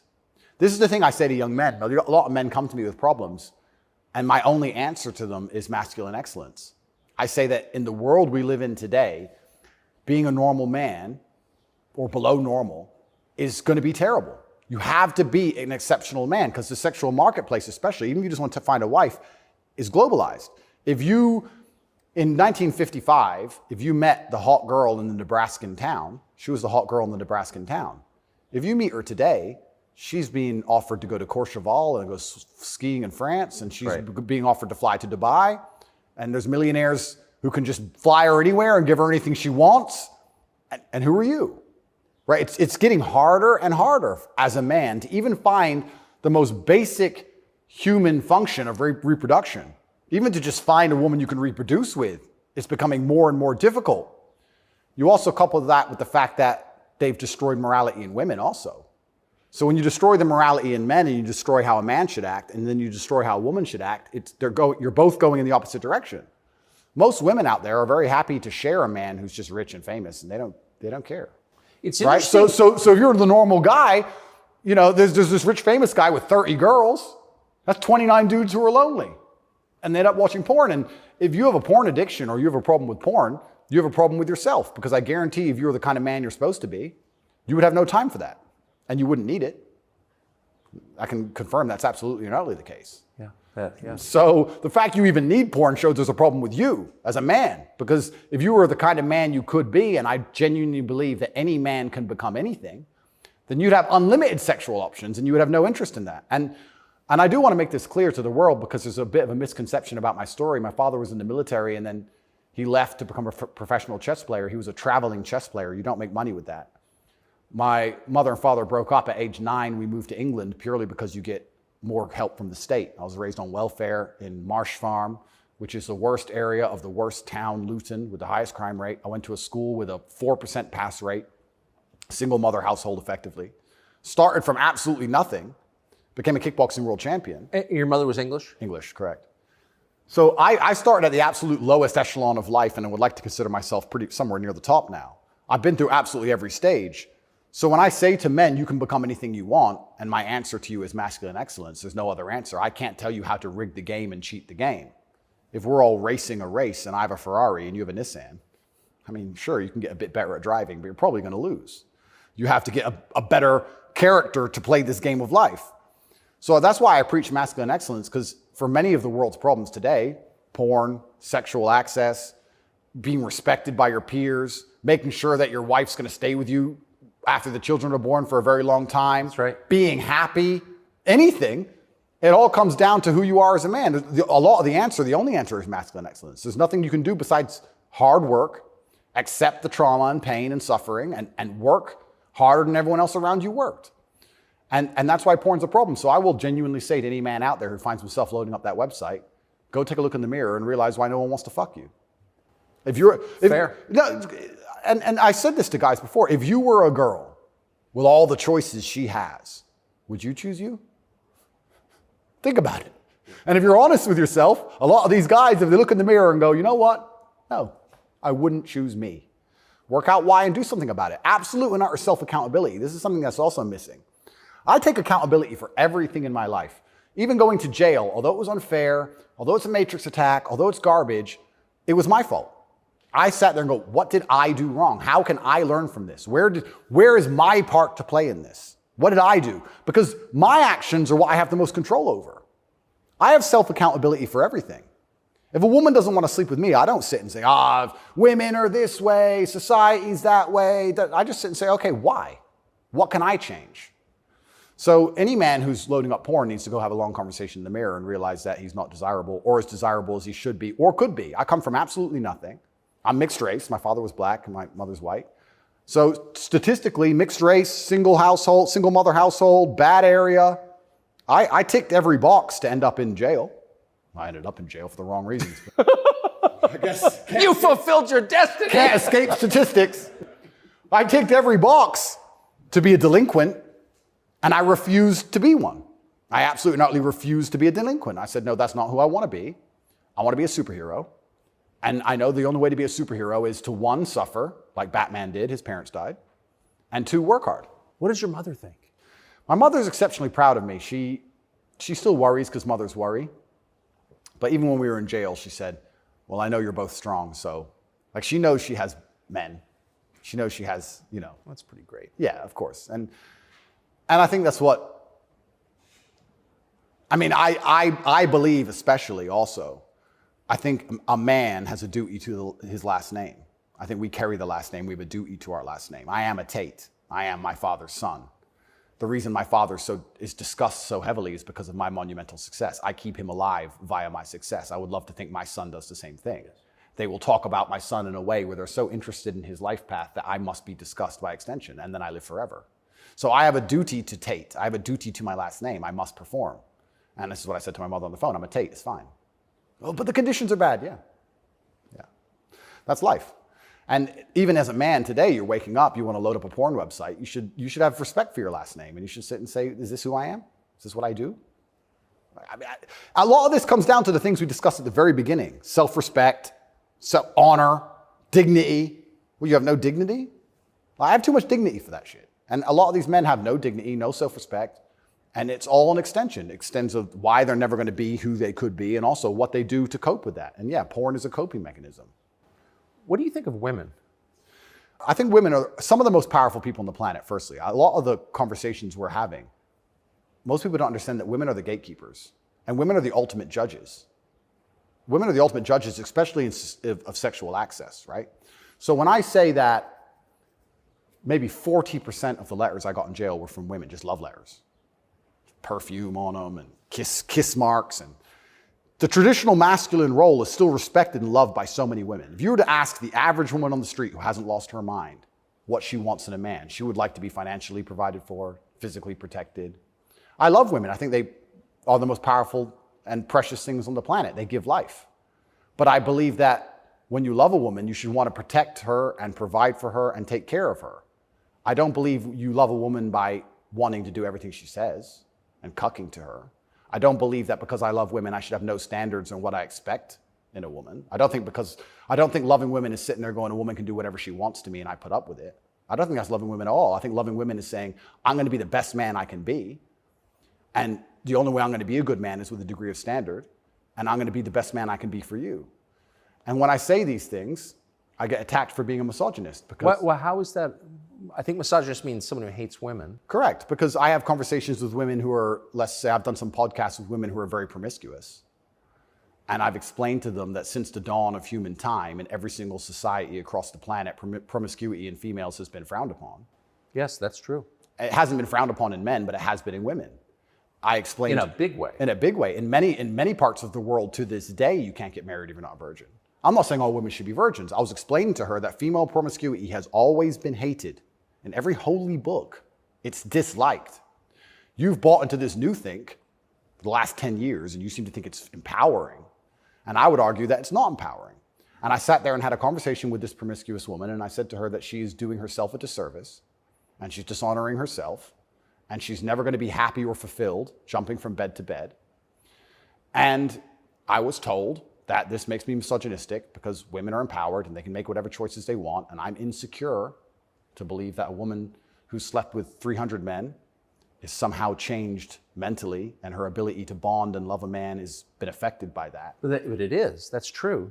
Well, unfortunately, you're going to end up in a Romanian jail cell for being a misogynist. No, I mean, I love women. And so I've seen it, and that is true what you said. The thing that's interesting is that women intrinsically understand this. Yes. Because if you see a woman dislike another woman, what's the first name she calls her? Slut. It's the first thing a girl says to a girl she doesn't like. It's the biggest insult that comes to her mind is that she's promiscuous, right? So it's interesting, but I've been called a misogynist for that. And then I've been on the internet for a long time. I've made some jokes. I've made some videos, and people don't understand satire or comedy. There's one that they keep repeating. I made a joke. Next to my bed, I had a Glock, like many people do, and then I had a knife next to my bed, and there was a comedic skit where it said, the girl caught me cheating, and she picked up the knife, and I slapped it out of her hand and said, you still love me? And they cut the bit out where I talked about the girl attacking me with the knife. They just took the bit where I say, slap the knife out of her hand, you're the boss, da-da-da, and he's a misogynist, and it's just taken out of context. And that's another thing that's happened to me, and I am aware of this, and like I said, I take absolute self-accountability, but the way you make jokes and make videos when you get 100 views is very different than the way you would make a joke or make a video when you get millions of views. And when they're trying their best to they'll look at a 4-hour video and find 3 seconds. I'll give you an example of it, where it hurt me very recently. I did a podcast where I was discussing corruption. I discussed which country I believe is the most corrupt country in the world. They start a lot of wars. And the answer to that by the person I was discussing it with is, well, you live in Romania. Romania is corrupt. I said, Romania is corrupt, correct. But I don't think there's certainly corruption, but they don't start monumental wars which end up in millions of deaths. I would argue that their corruption, because a policeman stops me and I can bribe my way out of a parking ticket or a speeding ticket, is far less destructive. So we discussed this at length for hours. They cut out the bit where I said Romania is corrupt and showed it to the judge. That kept me in jail. Ooh. Yeah. So, and that's my problem in a nutshell. Long format content, people will find a little bit, edit it up and try and attack me with it. And that's where this whole misogynistic things come from. It's either from me arguing with promiscuous women on podcasts designed for promiscuous women to argue their point, and I destroy them so flawlessly that I'm a bad person, or something taken out of context. And it's insane because, like I said, the amount of support I get from women is actually monumental. The amount of mothers who write to me and say that their son's doing better than ever. The amount of women who write to me and say that their boyfriend's doing better than ever. The amount of women who love me and just want to meet me. This idea that I'm hated by women is probably the biggest lie about this whole story. I don't want to brag, but I can assure the world that's absolutely not true. I had thousands of letters of support from women. In fact, there was one girl, never met her. She would play love songs from her car outside the jail. So she'd put the music on and play love songs. And I managed to tweet out via my cousin the songs I wanted to listen to. Whitesnake, Is This Love? And she and she'd play them for me. Never met her. Don't know who she is. So you're in a Romanian prison cell requesting Whitesnake on the radio in the car outside. Correct. And some girl would pull up and put Kind of a surreal moment. put her speakers on full and play me my love songs for a good 3 or 4 minutes before the police would come and make her move. I got a song a day. But yeah, this idea that I'm universally hated by women is insanity. That's not true. So you said you're a mixed race. Your dad was black, your mom was not, was white English. What do you make of the race conversation in the United States? I think it's deliberately, they're trying to put fuel on the fire and they're deliberately trying to accelerate division. This is what I believe. I think that if a black billionaire and a white billionaire meet somewhere, I don't think there's much conversation about race. I don't think... I don't think there's any racism. No. Interesting, no? They're not that interested in the topic, actually. They don't care. Right. But amongst the lower echelons of the populace, they seem very interested in trying to turn us all on each other. Yes. I wonder why that is. And I wonder why they deliberately make laws and push media matters which are designed to do exactly that. I wonder why that is. We can sit, and I have my own theories. But I think what certain people in the world would be most afraid of is the white people of a certain economic class and the black people of a certain economic class shaking hands and saying, this is bullshit. I think that would be very intimidating for them. So it's certainly accelerated. And it's also very interesting because as a mixed race person, I will also sit and state, I don't look particularly black. Most people can't guess where I'm from. I've had more discrimination against me for being a straight male than I've ever had for my skin color. I've had more people look at me or have problems with me purely because of my sexual orientation and my generally masculine essence than I've ever had anybody say anything about my skin color ever. And I'll also say, if somebody has a real problem with my skin color, who cares? If someone's that ignorant, who gives a shit? It's also, I do find it amazing they manage to psyop people into being so brutally offended by it. If someone were to come up to me and say, you're not white, I'd say, correct. Have a nice day. Who cares? It's amazing how they've got everyone wrapped up in this. But yeah, it's certainly accelerated. And another thing that's very interesting about it, especially in America, a lot of Americans are insulated to, I feel like, world history. Yeah, I've noticed. You know, they're like, oh, slavery, slavery, slavery. Slavery was everywhere. Every country had slaves. Arabs had slaves, the Chinese had slaves, Aztecs had slaves. Everybody had slaves. The American Indians had slaves. Everybody did. A lot of slaves. Correct. And they're like, oh, we've been enslaved. Everyone was enslaved. Unfortunately, the world wasn't such a nice place, right? And there's been ethnic divisions in every single country on earth since the dawn of time. There still is in many countries in the world today. They believe this is a uniquely American issue. And I would strongly argue that, one, it's completely and utterly not. And two, I think that if you are black, white, Asian, I think if you stand up, self-respect, work hard, try your best, turn up on time, firm handshake, don't make excuses for anything, don't look for an easy way out, no matter what your skin color is, in America or England or any other Western nation, I think you can be extremely successful. I don't think anything's stopping you. That's not the message you get from, say, Kamala Harris, who's also mixed race. Her dad was Jamaican, her mom was Indian. Yeah.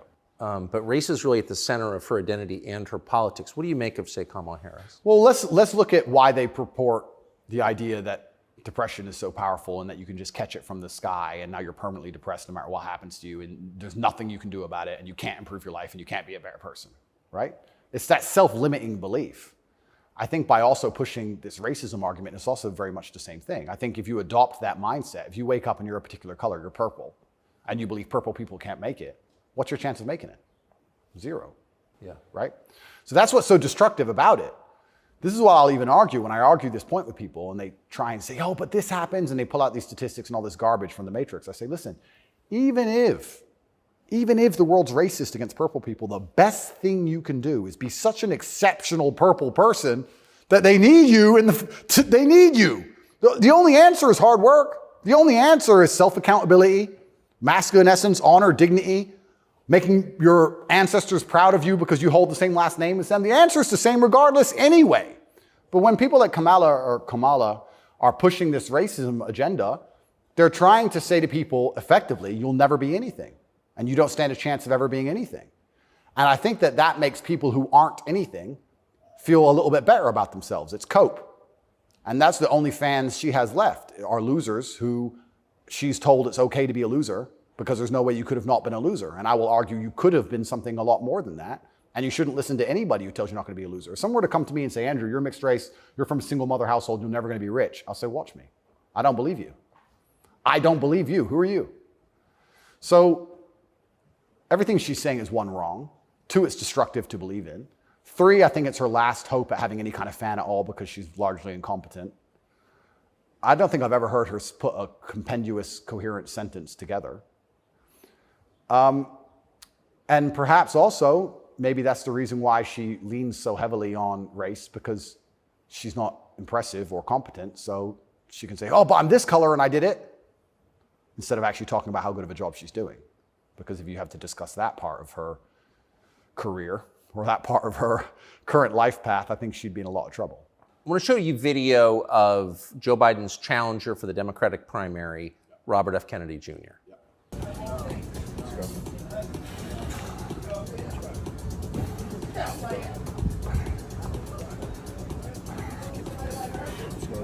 Six. Run it. Let's go. Up. What do you think of him? I think a strong body is a strong mind. I don't think there's anything wrong with a man exercising up until the age he dies. Why wouldn't he? I think that the bottom line of masculinity since the dawn of human time has been a propensity and a capability for violence. I think that's what makes a man a man. I don't see any possible negative connotation with being in good physical shape. I think that's a fantastic way to show discipline, which is very important, and any man who's important, especially a world leader. In fact, I love the idea of an elected world leader being in fantastic physical shape.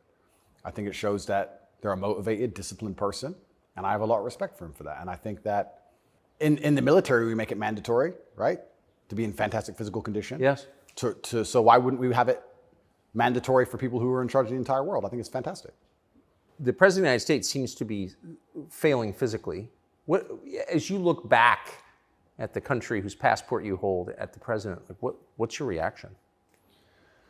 Well, sometimes, and it's not very often, I consider myself ignorant, but I feel like there must be some magic I missed, because wasn't he the most voted for president in history? Oh yeah, billions of votes. Yeah, there must be some magic I just can't detect, Tucker. I don't want to. More than Barack Obama. 81 million votes. It's insane. And I mean, Barack, yeah, sure, he was very intelligent, articulate. Yep. He was concise and compendious with his ideas. He could make you understand how he thinks. Yes. But Joe must be better in some way. I can't seem to see how, and I guess the fault is with me. I don't know what to say about that one. It's one of those lies that's so ridiculous that you're just like, I don't, okay. He got more votes than Barack Obama. Shut up, he did. Shut up. Excuse me. I want to get your take. This is sort of small ball, but it I think tells you something about a larger trend in the United States. This is a state senator from the state of Wisconsin in a public hearing recently saying, in a discussion on a crime bill, fuck the suburbs. Here she is. Fuck the suburbs. Because they don't know a goddamn thing about how life is in the city. What is that? There's a hostility there. Where does that come from? That comes from being a perpetual victim. That comes from being told that everything that's happening to her is not her fault and she has no self-accountability. Even though she's managed to become a senator, somehow she's still oppressed. And that means that everyone else who looks like her is also completely and utterly oppressed.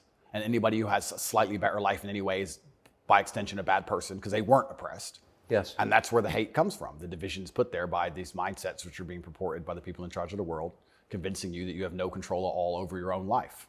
And that's why she's so resentful towards people who have done well in life, not even as well as her.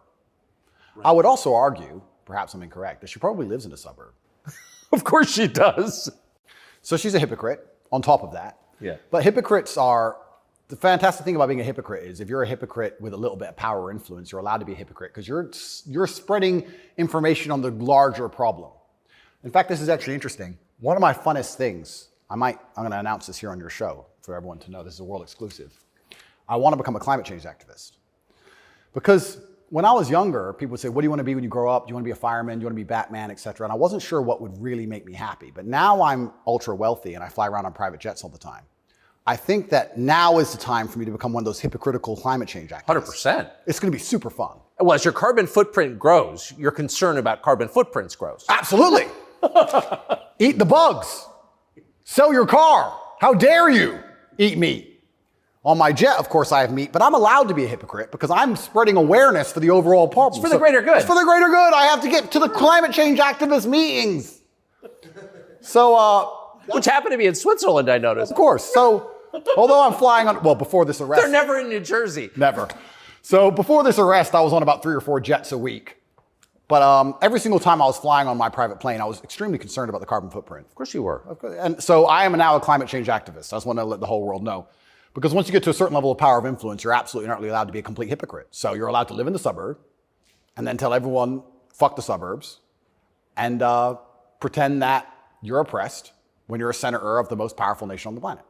Because it's a logic fail on every level. So one of the human activities has got to produce the greatest carbon footprint is, I would think, war, right?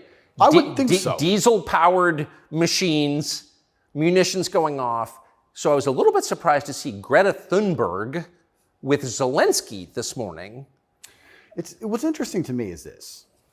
Firstly, I would never kill myself. Secondly, imagine these people are so detached from reality. Imagine going, you know what we need to do? Brainwave.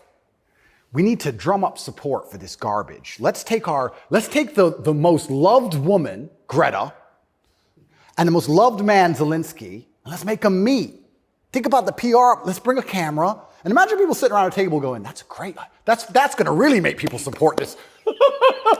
Who gives a fuck? I don't want to swear. I'm sorry, but some young girl turns up to a war zone who has nothing. Why is she there? What are they going to talk about? I don't know. But what's their conversation? I think she only yells. I don't think she does talk. I don't understand. Is she going to talk about how the childhood has been stolen from all those million Ukrainian men who have been blown to pieces? Like she talks about childhood being stolen because we drive, cars? I don't think she is. I don't think she's going to mention that. No. Is it just a big PR opportunity? Like what PR team came up with this concoction and thought, this'll keep them on side? It's mind-bending to me who even thought this was a good idea. It's crazy. But of course somebody did. Somebody thought it was a fantastic idea. Have you ever met Greta Thunberg? No, but me and her have had some internet arguments. I think you went to prison for it, right? Yeah, correct. Which is amazing because I'm a climate change activist. So I'm on her team. I was in Sweden during COVID. So we could have met. She didn't want to hang out with me, unfortunately. And then now I'm flying around on my jet everywhere, spreading news about climate change. Same thing. Like in my Bugatti, obviously it's got a big engine. I make sure to talk about climate change out the window as I drive.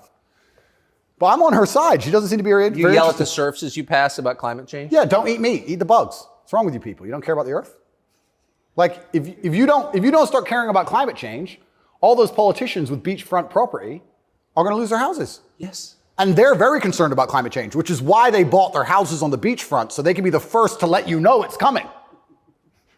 The early warning system, right? They're very concerned. That's why they want to be right there on the beach. Quite honorable if you think about it. Kind of on the front lines of the climate crisis. Absolutely. Lead from the front. So good. But one more point about this. Sorry to go on and on. No, I love it. But when I say these things, people, you don't care about the environment. And I try and explain to them, I love nature. You love hunting, fishing. You love nature. I love nature. Passionately. The problem with all of these things is not that I don't like nature. The problem is that nearly any issue which appears to be virtuous on the planet today is Trojan horsed with garbage. That's the problem. I have no problem with fixing or maintaining or preserving nature. I have a problem with them telling me I have to maintain nature, them Trojan horsing my bankruptcy into the middle of it, knowing that nature won't be fixed, then telling me it's about nature and telling me I should agree with it. That's my problem. There's nothing left on the planet, no issue, which isn't Trojan horsed with absolute garbage. Yes. And if you're going to sit there and tell me that I need to give more money to the government to stop the sun from being hot, I'm going to argue with you that I'd rather keep my money. Thank you very much. Yes. So this is the problem with all these issues. It's nearly anything. When I argue against them, people are like, you don't care about the issue. I do. But you're not smart enough to understand that the legislation around this issue is so large, it hasn't even been read by most of the people voting for it. Yeah. And there's something in the middle of it which is going to damage every single person's life, which has nothing at all to do with the issue itself. And most people don't understand that. They co-opt people's best instincts, their love of nature, which is a virtue, of course. Yep. Their love of their neighbors during COVID. Don't you care about your neighbors? Oh, Well, completely. of course you do. And your grandparents? I revere my grandparents. Of course, of course. And you're a bad person if you resist. I was a terrible person for going to Sweden. You're a very bad person. You don't care about anyone else. And that's how they do. It's weaponized virtue. And my opposers, every single virtuous thing that comes out of their mouth is never from a place of virtue. It's from a place of hate. Yes. It's weaponized. And also, and I don't talk about this very often, but people can go right now to TATEpledge.com. I donate $25 million a year to feeding children in war-torn countries, especially in the Islamic world, because that's where a lot of the war is. Nobody ever mentions that, ever. Nobody mentions any of the charitable work I do. Nobody mentions any of the lives I save. Nobody mentions any of the people who support me. They don't mention anything at all. They just come along and say, you're a bad person. And I say, well, if I'm a bad person, let's talk about the things you've done to genuinely benefit humanity, besides sit on Twitter and talk shit. Have you ever done anything for anybody ever? Are you capable of doing anything?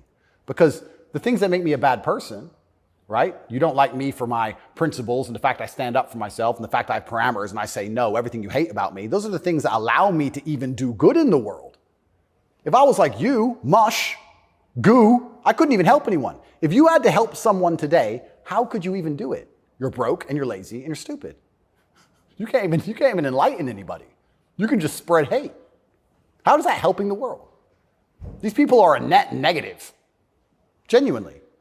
And that's what's so crazy about being attacked for your morality, like I'm being now. And when you're a good person in general, they attack your morality because the people who are attacking you are absolutely and utterly immoral. The ultimate hypocriticism. Ultimate. Even more than my private jet climate change stance. So it's certainly unique. I do like to believe, though, we're entering a new stage of consciousness. I do like to believe, at least from 10 to 15 years ago, more people are, I think COVID woke some people up. I do like to believe the MSM credibility is tanking in real time. Trump helped massively. Fake news. 2 words. Before Trump, when did you ever hear fake news? I didn't really hear it that often. No. Fake news, fake news, fake news. And he did a fantastic job of that, and he's starting to wake people up. So I'd like to believe there's a degree of us winning, but I just want to make it very clear to the people who attack me and the people who attack anybody who stands up for what they believe in, a lot of their virtue signaling is just hate peddling. And when they can't call you unsuccessful and they can't call you stupid, they have to find a way to hurt you. And the only way they can do that is to say you're a bad person. I've noticed. Yes, I have. So here's Joe Biden expressing his concern about how Putin is doing in the war in Iraq. Interesting. It's hard to tell, but he's clearly losing the war in Iraq. He's losing the war at home. And he has become a bit of a fly around the world. Do you think Putin is losing the war in Iraq? I don't think he's losing the war in Iraq. I don't think he's fighting a war in Iraq. Okay. He also said he's losing the war at home. I don't think he's fighting in Russia. And I'm also not sure he's losing. So it's a pretty interesting statement on many levels. It's scary. You know, it's a joke, but it's scary.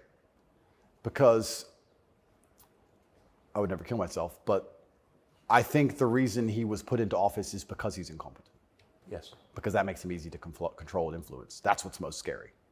It's not scary that he's become incompetent in office. It's that they looked at him and goes, that's who we need. That guy. That's what's most scary to me. Does it surprise you that the weakest president is also the most destructive? Weak men are always destructive because hurt people hurt people. Yeah. I don't know, I heard, someone said that to me a long time ago. Hurt people hurt people. They were talking about a relationship. And I said, that's true.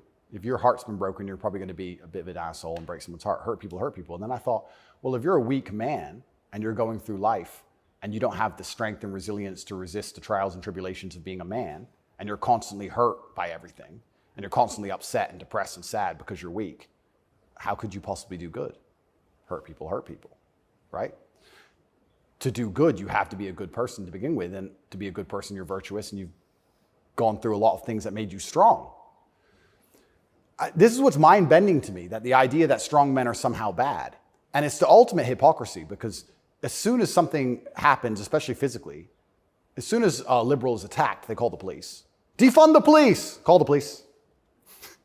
Don't be masculine. Police officer, they want a big, strong man with a gun. Guns are bad. They want him to have one, right? So the ultimate hypocrisy on every level is absolutely and utterly insane. At the based realities of humanity, the absolute base reality, strength in men is respected and wanted. And I think that the closer you get to unfortunate circumstance, the closer you get to reality. They go hand in hand. And then everyone's looking for the strong men. So strong men should always lead, I believe. And for a longest period of human time, that's how society functioned. The strongest men led. But in the Western world now, that doesn't seem to be the case anymore. And weak men are emotionally led. They're not particularly stoic. They're impulsive. And I would say that the most heinous acts, perhaps, that happen in modern society today are purported and committed by weak men. I don't think a school shooter is a strong man. I think it's a weak man. I think it's a man who's been picked on, got butthurt, is upset, girls don't like him, never learned any emotional control. He's the kind of person who does exactly what the TV tells him to do. Act out your feelings. Cry when you want to cry. Well, now he's angry, so now what? You told him to act out his feelings. What do you expect him to do? I think that weak men do the worst things. I think weak men hurt women. I think weak men rob stores because they don't want to wake up and work hard and go to work and do it the honorable way. It's a weak man who goes and steals. It's a weak man who beats the shit out of a girl. It's a weak man who shoots up a school. This is all weak men stuff. And society as a whole is telling men to be weaker and weaker, saying it's somehow the solution to everything because being a man is toxically masculine. Being a strong man is bad. It's toxically masculine. To be a good man, you have to be a very weak one. Well, look at the most heinous acts that are committed in society. Show me a strong, honorable, virtuous man of principle who's doing any of this stuff. So weak men commit the atrocities in this world. Absolutely they do. And it's weak men who also attack anybody of virtue, because I think when you're weak, you're intrinsically unhappy. Yes. I don't think as a man you can be happy if you're weak. I think happiness and strength go hand in hand. Yes. I think that's how we're supposed to be, right? Even strength of mind, strength of conviction, strength of something. If you're weak, you're going to be miserable. So I do find satisfaction in the fact that most of the men who truly dislike me are miserable and weak. And also, like I said earlier about women being gatekeepers, women are fantastic. Women are they're like a barometer for society. I would say you can measure the strength of a society or the virtue of a society or how decayed a society is largely by the actions of many women. I'd like to argue that point. I can argue that point in many different ways. But women really want their man to be strong. Of course. They will punish you for being weak. And I'm not saying you can never cry to your woman. I'm not saying you can never open up to your woman. But there's going to become a time where she expects you to just be capable. There's a problem. And even if you don't know how to fix it, your job as a man is to say, I'll handle it. Even if you have no money and no hope. And to go find a way to fix the problem. If you're weak and go, I don't know, she becomes very resentful towards you. And she'll punish you for that weakness. And I think what she's trying to do on an evolutionary standard is inspire you to man up, because it's your job to protect her, isn't it? Of course. So if she sees you and looks at you and doesn't see you as a man who can protect her, she can't respect you. So every survey of female happiness in the West shows just a straight decline since about 1970 till now. Women are becoming less happy in the West. I think it's very obvious. What accounts for that? How can you be happy when all the men around you aren't men, right? We are the most beautiful union that God has possibly created on the planet. A feminine woman and a masculine man. It's the most beautiful union that can possibly exist. It raises children the best. Both parties are happier. Both parties gain. It's a net positive for everybody. There's no negative. There's no downside. But if you destroy one side of the equation, then the other side is going to be completely and utterly miserable and unhappy. How as a woman can you be happy if you can't find a man who you believe can protect you, provide for you, sticks up for you, has morals, has principles? There's none of those men left. So then what they do is just go from man to man trying to find it. And by the time they've been through enough men to maybe find someone semi-close to it, they've been through too many men to ever be happy. And then you have the absolute destruction of Western society. We talk about why men don't get married anymore. I can tell you why I wouldn't want to get married in America. I don't see the point in being married to a woman who's had so many partners before me that she can't properly pair bond with me, and then giving her the opportunity to financially destroy me. I think that would be a bad chess move. And I do believe in marriage. I think society would be better if everyone was married.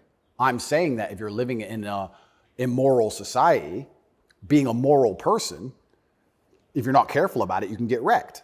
If the game is rigged, you have to be very careful if you play it. So how do we encourage men to get married? Well, they need to be worth marrying, but so do the women, right? So everything's decaying on both sides. Everything's spiraling. One of the reasons I also got called misogynistic, and I'll say it here, I argue the point that for the longest period of human time, evolutionarily, women had to adopt and find a way to take the ethos of an opposing tribe perhaps quicker than a man could because of war. If the men would fight and a tribe lost and the women survived, they had to change how they thought to fit in with the new tribe to survive. Yeah, because they'd be carried off. Because they'd be carried off. Of course. Like the French women were sleeping with Nazis towards the end of it. Towards the end of Paris occupation, all the French women were sleeping with Nazis. When the Nazis got kicked out, the French women had all their heads shaved because they got caught hanging around with German soldiers. The German soldiers killed their husband. 3 years later, they need to eat. So the German soldiers have a wage. He's handsome. It's amazing how quickly they can adapt. And that's for their own survival. That's fantastic. But then if you extrapolate out and you understand that to be true, then you also understand that women are more susceptible to programming to a degree. I got called misogynistic by saying that if you sit 100 men and 100 women down in front of propaganda, I believe that women are more likely to believe a lot of it. I think a lot of liberals are female. They're more emotional. And it's easier to convince them of something if you use an emotionally led argument, right? So if by extension you now have women who are emotionally led, who are being convinced and their logic is failing because they're being tricked with an emotionally led argument, and the man they're meeting has no principle and no honor, and he can't resist that, she's in charge of the house, well, now she's telling the man what to do, right? If I would have come home during COVID and my woman said, you need to wear a mask, I'd say, no, I don't. End of conversation. But if I was a simp, you need to wear a mask. Okay, baby. Don't. All right. So the women are also largely in charge of the psyop because the men are so desperate to get any kind of connection with a real person and avoid the porn screen. And then these women are being controlled by the mass media as a whole. I say this to, I have children. I don't talk about it often. But I say to the mothers of my children, I say, look, either we program their minds or society does. Who do you believe in? Everyone is being programmed by somebody and something. Me, you, everybody. We're all programmed by someone. To sit and think you're above programming is incorrect. What you have to do is sit and say, does the person who's programming genuinely have my best interests at heart? What do they want me to believe? Why do they want me to believe it? What happens if I believe what they want me to believe? Where does this lead? That's all we can do. We're all programmed. We're all the sum of the 5 people we spend the most time with. Right? So if you have women with no father, no strong masculine influence, who's programming them? The Kardashians and the news? The internet? Porn stars? What kind of woman's that going to be? And then if a man finally ends up with her and he has no backbone, what kind of man's he going to be? I don't want to comment on these things because I don't want to make personal enemies of people I don't know. There's a guy called Adam22. Once again, I have no idea who this man is. I just saw on Twitter yesterday that he was with a porn star who'd never done a male scene. They got married, and like a week after their marriage, she did her first male scene with some random dude. And he's on a podcast defending it. Did his wife have sex with somebody else? Correct. Why? Like, this is the level you can, but this is what the Matrix wants from you as a man. They want the woman in charge and the man below with no backbone, because if the woman's in charge, they can emotionally affect her. They can scare her. You can scare a woman easier than you can scare a man. A man. A real man's hard to scare. A woman you can make afraid of the vaccine, right? Be afraid, COVID, be scared. If she's in charge of the household, I would argue in nearly any household where the female was dominant, everyone's vaccinated. I would argue that point hard. Of course. Maybe I'm wrong, but I would argue it. I don't have the statistics. It's just logic to me. So Talk about women being unhappy. What's actually interesting about the female mind, once again, they're going to call me a misogynist, is that when you're an emotionally led person, you're more prone to chaos. It takes real stoicism to lead. So why are these women unhappy? Because no one's leading them. No fathers, no men of no backbone, no man they respect. So they're relying on society, which is promoting chaos, and their own mental state. Women will say all the time, my period was coming up, so I was crazy. Like, they'll say that themselves. So without any kind of hard rock of emotional security, to give her a hug and say, don't worry, baby, calm down, it's okay. When you have no hard rock of emotional security and you leave her to her own devices, she's going to be, to a degree, chaotic. And you know who told me this? A woman said this to me. A woman said, most women are closer to a mental breakdown than you possibly believe, day by day. I was like, really? She goes, yeah, and that's what I love about my husband. He makes me feel happy and secure and safe. If I'm starting to have a problem, I know I go to him and he makes me feel safe. He's my rock. There's a woman said this to me a long time ago. Yes. So why are women miserable? Because where are they going to get their happiness from? Where are they going to get their emotional stability from? It's not their job. I don't believe it's a woman's job to be emotionally stable. It's a woman's job to do many other very important things that men can't do. More important. They're better than men at a lot of things, women are. But it's our job to be emotionally stable. Women are better than us at certain things. We're better at other things. And that's why as a team, we're so powerful. To sit and pretend we're all the same the whole way through, then why do we even need each other anymore? Well, I don't think we do. Exactly it. And this is why we have birth rates declining, porn, women who are running around sharing one man with no intention of having children, marriage is gone. Like, where do we think this is going to end? And what's interesting about it ends with the training thing, right? Well, yeah, that's the ultimate. No, I'm serious though. If there's no, scrambling the idea of the gender binary, of sex differences, like that is kind of the end point, isn't it? Well, the end point is, men are the same as women, so it doesn't even matter. Right. I can be a woman today, I can be a man tomorrow. None of it matters anymore. I also think a large part of this transsexual movement, I think a large part of it is a deliberate attack on us and our senses because they're trying to convince us to ignore our eyes. I do believe that is a bottom line. I think the bottom line of slavery are your own senses. Like, no matter what I'm told, that it's cold outside, I feel warm. That's the bottom line. So once they can convince you that your senses are wrong, well, then you're completely open for the slave programming. Once you can look at something with your eyes and ignore your eyes, you're a prime candidate. So I think a lot of this has also something to do with that. You are going to say that's a girl. That's what you are going to say because you have to. And if you say it long enough, you'll think it. And if you won't, your children will because we'll tell them. So eventually, you're going to say it. And then it becomes true. Then you ignore your eyes. Now you'll believe anything, right? Till the next thing comes along. Now you'll believe all the people on the jets telling you about climate change. It's all an attack on the senses. This is America's most famous admiral. It's such an important issue for our youth and adults. As you said, some of these laws are actually extending into adulthood. We often say that gender-affirming care is health care. Gender-affirming care is mental health care.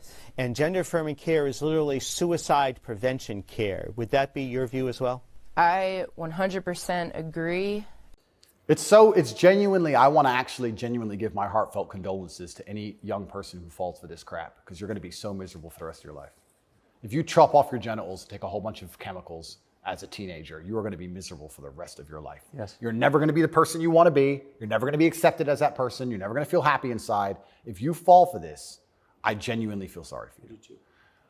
That's the first thing I'm going to say. The second thing I'm going to say, I find it very interesting that the only surgery we call affirming is gender surgery. Imagine a girl woke up and said, I was born in the wrong body because my tits are small. I'm a big-titted woman, but I was born in the wrong body. I need tit affirming care. I need to affirm my true body shape. Because otherwise I have a mental health problem. No, it's plastic. It looks good, perhaps, whatever. But we would never say she was born in the wrong body and we had to affirm her genuine body experience. Her triple Ds. Yeah, her triple Ds had to be affirmed. It's garbage. You're not affirming anything. And also, I think it's kind of interesting. They say that trans people commit suicide at a higher rate. That's sad. Nobody should kill themselves. I would hate for anybody to kill themselves.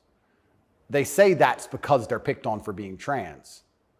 I don't know why anyone's ever had the argument that perhaps they have a mental instability before this trans stuff, and that's why they're more prone to suicide in the first place. Seems like an obvious explanation. Seems like an obvious explanation. I don't think it's normal for anybody to want to mutilate themselves. I think if someone were to come to me and say, I really want to cut my hand off, I would think they had a mental illness. Why? Don't like it. What do you mean you don't like it? I don't like my hand. I don't want it. I would think that's very concerning. So I really, truly feel sorry for any young people who fall for this. I don't blame them. I think it's a massive psyop. And I think if you fall for it, you're going to be miserable forever. And one more point I'll make on this whole thing I found very interesting. I'm a professional fighter, so I spent a lot of time in Thailand when I was fighting. Kickboxing was big over there. And I've always thought, no one's ever mentioned that Thailand has a bunch of ladyboys, right? But if you say to a ladyboy, are you a man or a woman? She goes, I'm a ladyboy. What's that? I'm a man, but I'm a ladyboy. They don't see themselves as women in the real sense of I am female. Right. They don't want to compete against women in sports. They don't want to pretend they can have kids. They don't talk about having periods. They're like, oh, I'm a ladyboy. It's like kind of like an in-between. It's got its own thing. India has the same. Yeah, it's fine. Nobody over there is genuinely arguing that they are actually female. Only in America are we doing that. And that's what's the craziest thing of all. Even if you truly, truly believe you need to change gender, and you truly believe it's the right path for you, and you believe you're not being psyoped, and you believe you're going to be happy, and you believe you need to mutilate yourself, that's all fine. But then to come along with the hubris and arrogance to tell me that I have to pretend you're something you're not, biologically. That's right. That's absolutely and utterly arrogant. You can't tell me what I have to call you, right? I'm allowed to come to my own conclusions and opinions. And the whole point of being a human is that we've gone through life long enough to identify patterns. Imagine humans didn't identify patterns. One person went and got ate by the lion. You watch it happen. Then you go for a turn. Like, no, you work out over time. Don't go near the lion, right? If I look at a person who's 6'4", muscularly built, right, with a big jaw and a beard, my brain and my life experience tells me that's quite often a man. That's very often it is. Very often. That's the conclusion I've come to. To come along and say, no, because I've decided to do X, Y, Z, you have to ignore all of the patterns you've identified throughout your entire life and everything you believe to be true. You have to throw away all the science in your entire worldview and everything about how you view the world. You have to eject that from your brain and call me what I want to be called is extremely arrogant. And if I went through the world and said everyone had to call me King Andrew, they'd tell me, shut up. Why? If they can get called whatever they want, I should be able to get called whatever I want. I want to be King Andrew, #1 savior of Earth, climate change activist. That's what I want to be. And if anybody calls me anything else, they're a bigot. That's what we're going to do. If we're going to go down that path, I'm going to make sure that my title is good. Lord of all beasts of the land and fishes in the sea. The most honorable man who's ever lived. The fastest human alive. Who cares? It doesn't matter that I can't run fastest. It doesn't matter, Tucker. I'm the fastest human alive. You must affirm my belief. I'm the fastest man alive. Greatest man in show business. Sorry, Tucker. Best political commentator there's ever been. Let's just go down this path of insanity. Why not? Walk around with stickers on our head. It'd be great. It'd be fun. The scariest thing about all this stuff is that the world is still polarized to a degree because there's certain places in the world which are too close to baseline reality for survival, for any of this garbage to fly. You think you can go to Tajikistan where people are trying to eat and talk to them about gender and all this garbage? They'll be like, listen, you're a man, this needs doing. Shut up, right? There's no time for any of that. So as the Western world is self-destructing in real time, there are places in the world where none of this crap is happening. So who's going to own the world in 100, 200 years? Like, it's still competitive to a degree. It's still bipolar. There's two sides to the world. I think that when men are men and women are women and we stop arguing about dumb shit, that society overall is more competitive. I don't know how America's going to maintain its influence over the entire planet when it's doing all this garbage. How long can this possibly last? Not long. Not long. It's like the fall of Rome. The fall of Rome, everything became decadent, endless sex and orgies. No one had enough faith in the state to join the army anymore. And people talk about barbarians destroying Rome. Rome was destroyed from the inside. That's what happens. And we're witnessing it in real time. And we have all these problems on Earth, and then they want to spend millions and millions of dollars on an investigation to prove that I'm a human trafficker for TikTok. It's clown world. Nothing even makes sense anymore. This is a video from a recent Pride March in New York, and I'm interested in your view of it.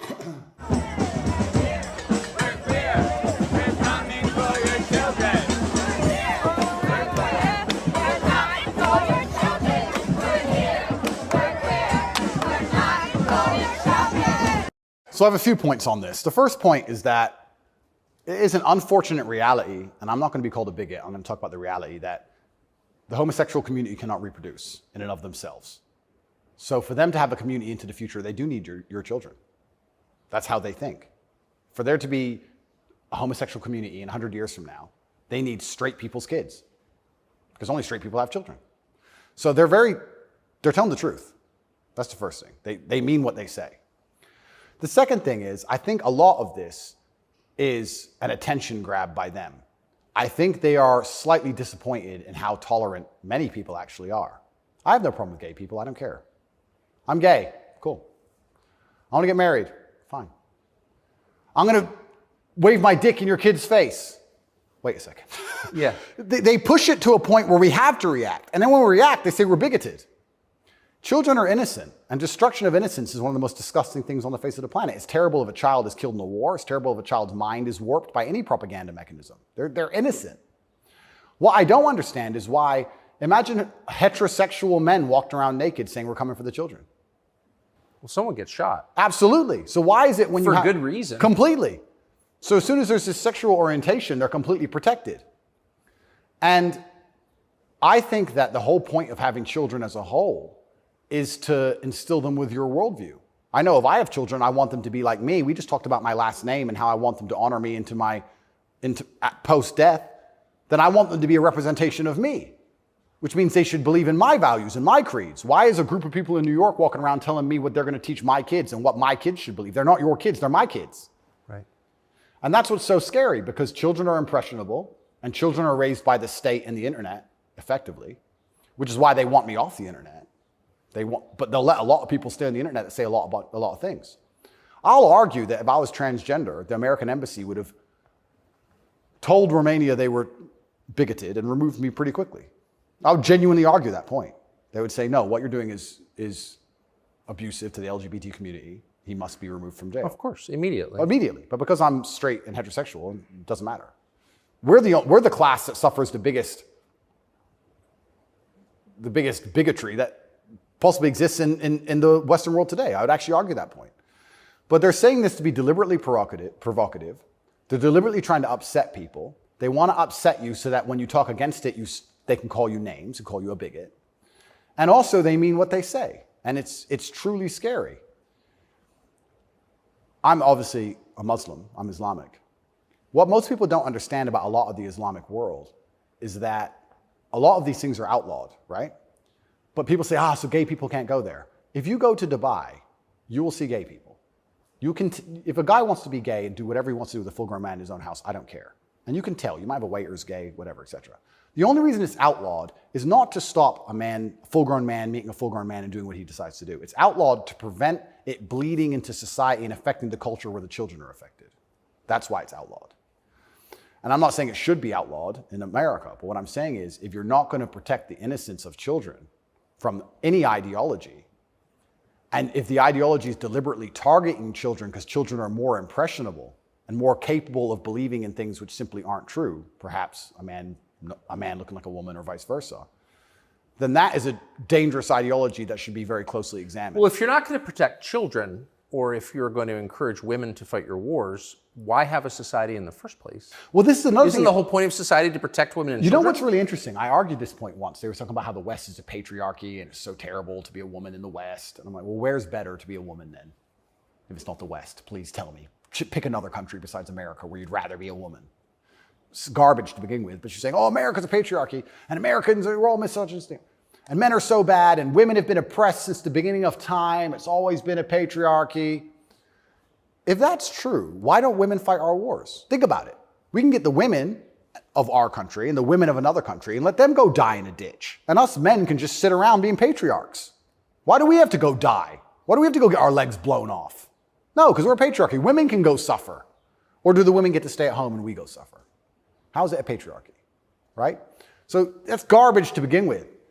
But I think, genuinely, to go back to that point, any ideology which is waking up and saying, our worldview is so extreme, the only way we can truly ensure it exists into the future is to find the most susceptible people on the planet to program and attack their minds, children. I think that that's a destructive ideology and should be very closely looked at. And it doesn't matter if it's LGBTQ or anything else. I think if you sit children down and pump propaganda into their brain, and that's the only way you can get what you want, then there's probably something wrong with your ideas because you're afraid to challenge them with a grown adult. You don't want a fair fight. You understand? They don't want a fair fight. They want to sit with a child who has no idea what he's talking about and tell him that men are women and women are men and vice versa, and just completely confuse the poor child because they don't want a fair fight against a rational adult. And that's scary. It doesn't seem a huge improvement over, say, ISIS to me. Absolutely. That's how do you convince somebody to blow themselves up? Well, you find a young man, teenage boy, and you program his mind. Exactly. And it's exactly the same thing. They don't try and convince an older man to blow himself up because he's going to sit there and go, well, why don't you blow yourself up? And then there's an argument. You go find a young, susceptible person, right? And that's what's so scary about all of it. And it's also kind of funny that like this whole LGBTQ thing is also linked to the patriarchy, also linked to all this other garbage and all these other false narratives and false ideas. And it's these people who are attacking me saying, I'm dangerous for women because I'm a misogynist. You're dangerous for women for pretending men are women. You're more dangerous for women than I am. I'm saying a man's a man's, a woman's a woman. You're saying that if I put a wig on, I could go punch women in the face in the boxing ring. Who's dangerous for women? It's insanity. And again, they have no virtue at all. They just weaponize garbage and attack you with it. But I do think that children have to at least be the bottom line for society. That's the future. And if you have children at home, you're raising them. And if you struggle to feed them, the government doesn't care. They are yours, and they're your problem and your responsibility, and you deal with all of the stress and all the worry of them being out late at night and all the responsibility of taking care of them, and you went through hell for them to exist. You don't owe their minds to anybody else. You don't owe it. So there has to be a point where you stand up and say, no, I raised this child. It's my child, not That's yours. my child. It's not yours. Absolutely. What do you make of Julian Assange? I think that it's crazy. It's the number one way to shut up the BBC, that's for sure. To mention him. Say, oh, you're a journalist. You care about journalism, do you? You care about a fair and independent story. Why is Assange in Belmarsh? Very interesting. What do they say? They don't answer. They try and change subject. They always do. I did it. I stole it from the Azerbaijani president. He started it. I saw that. Yeah, it's great. Do you know him? I don't know him, but I've seen enough of his interviews to like him. Me too. Yeah, I like him. And this is what I'm saying about the world. There's so many places in the world where they still live very firmly in the real world. All of this garbage is just the result of the very simple, easy lives that we have. Inside the movie The Matrix, which I recommend you watch, the agents say, we tried to create a utopia for the human mind so that your mind is in a utopian state and your body can just be used. But the human mind rejects utopia. We created the world in 1999 at the pinnacle of human civilization before machines took over because the human mind needs struggle and it needs problems. Otherwise, it rejects it. Yes. And I kind of feel like there's a whole bunch of people trying to just find problems and find struggle in their lives because they don't have enough motivation to do something that's genuinely difficult, like, help people. But they can't live in this state of complete vegetation. That's right. Then they wake up and say, oh, I'm oppressed. My pronouns. How much energy must it take to go through life trying to correct every person you interact with to call you Z? Think of the calories burnt. I can't think of a bigger waste of time. Think of the calories burnt. Every Starbucks employee, it's actually Z. Correct. You are a moron, and you are just wasting so much energy. You could put that towards something beneficial. You could volunteer. You could go to the gym. There's so much more you could do with instead of walking around and talking about Z. You sound like a dumbass. But they're just finding struggle because they don't have any actual important struggle in their lives. And that's why it only exists in the decadent West. Do you think the coming famine will change that? Absolutely. I would argue that when the famine comes, I think all these feminists will look for a strong man of resource who is stoic, who has a good network, who's capable and important and respected. It's amazing how quickly feminism disappears. In fact, there's a podcast I did called Fresh and Fit. And I did this podcast in Miami, and I was arguing about gender roles with 7 girls. And during it, they were telling me that they can do anything a man can do, all the usual things, and they don't care, they don't need a man, all this garbage. And some crazy fan knocked on the door for me, and he had a gun. He knocked on the door. You should have seen the women, how quickly they became feminists when I had to go to that door. They all completely changed. Go. Oh, the feminism's out the window. There's no feminists on the Titanic. There's no feminisms in a famine. There's no feminists at war. Where's the feminists? Go to war. Right? I remember when Afghanistan, when we did that very well-planned, very thorough evacuation of Afghanistan, and all the schools that we opened for women got shut down by the Taliban. And I was having this conversation with someone, and I was saying, okay, well, you're an Afghan man, right? You've been hired by the Afghan Defense Force, and America's now left, and you have a meager wage, and America's left, and the Taliban are coming, and you're standing outside of the school with your AK, and they're coming with whatever they've got. And you're looking at the school going, do I really want girls to go to school that bad? Not really. Just put it down, you walk off. And this girl's like, yeah, but you know, it's really important. And I'm like, yeah, it is very important. I agree. Women should have education and right the education. Completely agree. But you're also saying here that men should die for it, which is fine. I'm not saying that that shouldn't be the case, but I'm saying that you should give men the respect they deserve for dying for your education. Because it's not the women who are going to defend that female school, it's the men. So if you're going to shit on men all day long and say we ain't worth anything until a war comes, and then you want us to go die? That's interesting. When the famine comes, the closer reality gets towards baseline survival, the closer we become towards our gender roles, because it's the only way we can be competitive. If you took 10 men and 10 women and stranded them on a desert island, the men would be men and the women would be women, because if they didn't, they would die. That's the bottom line.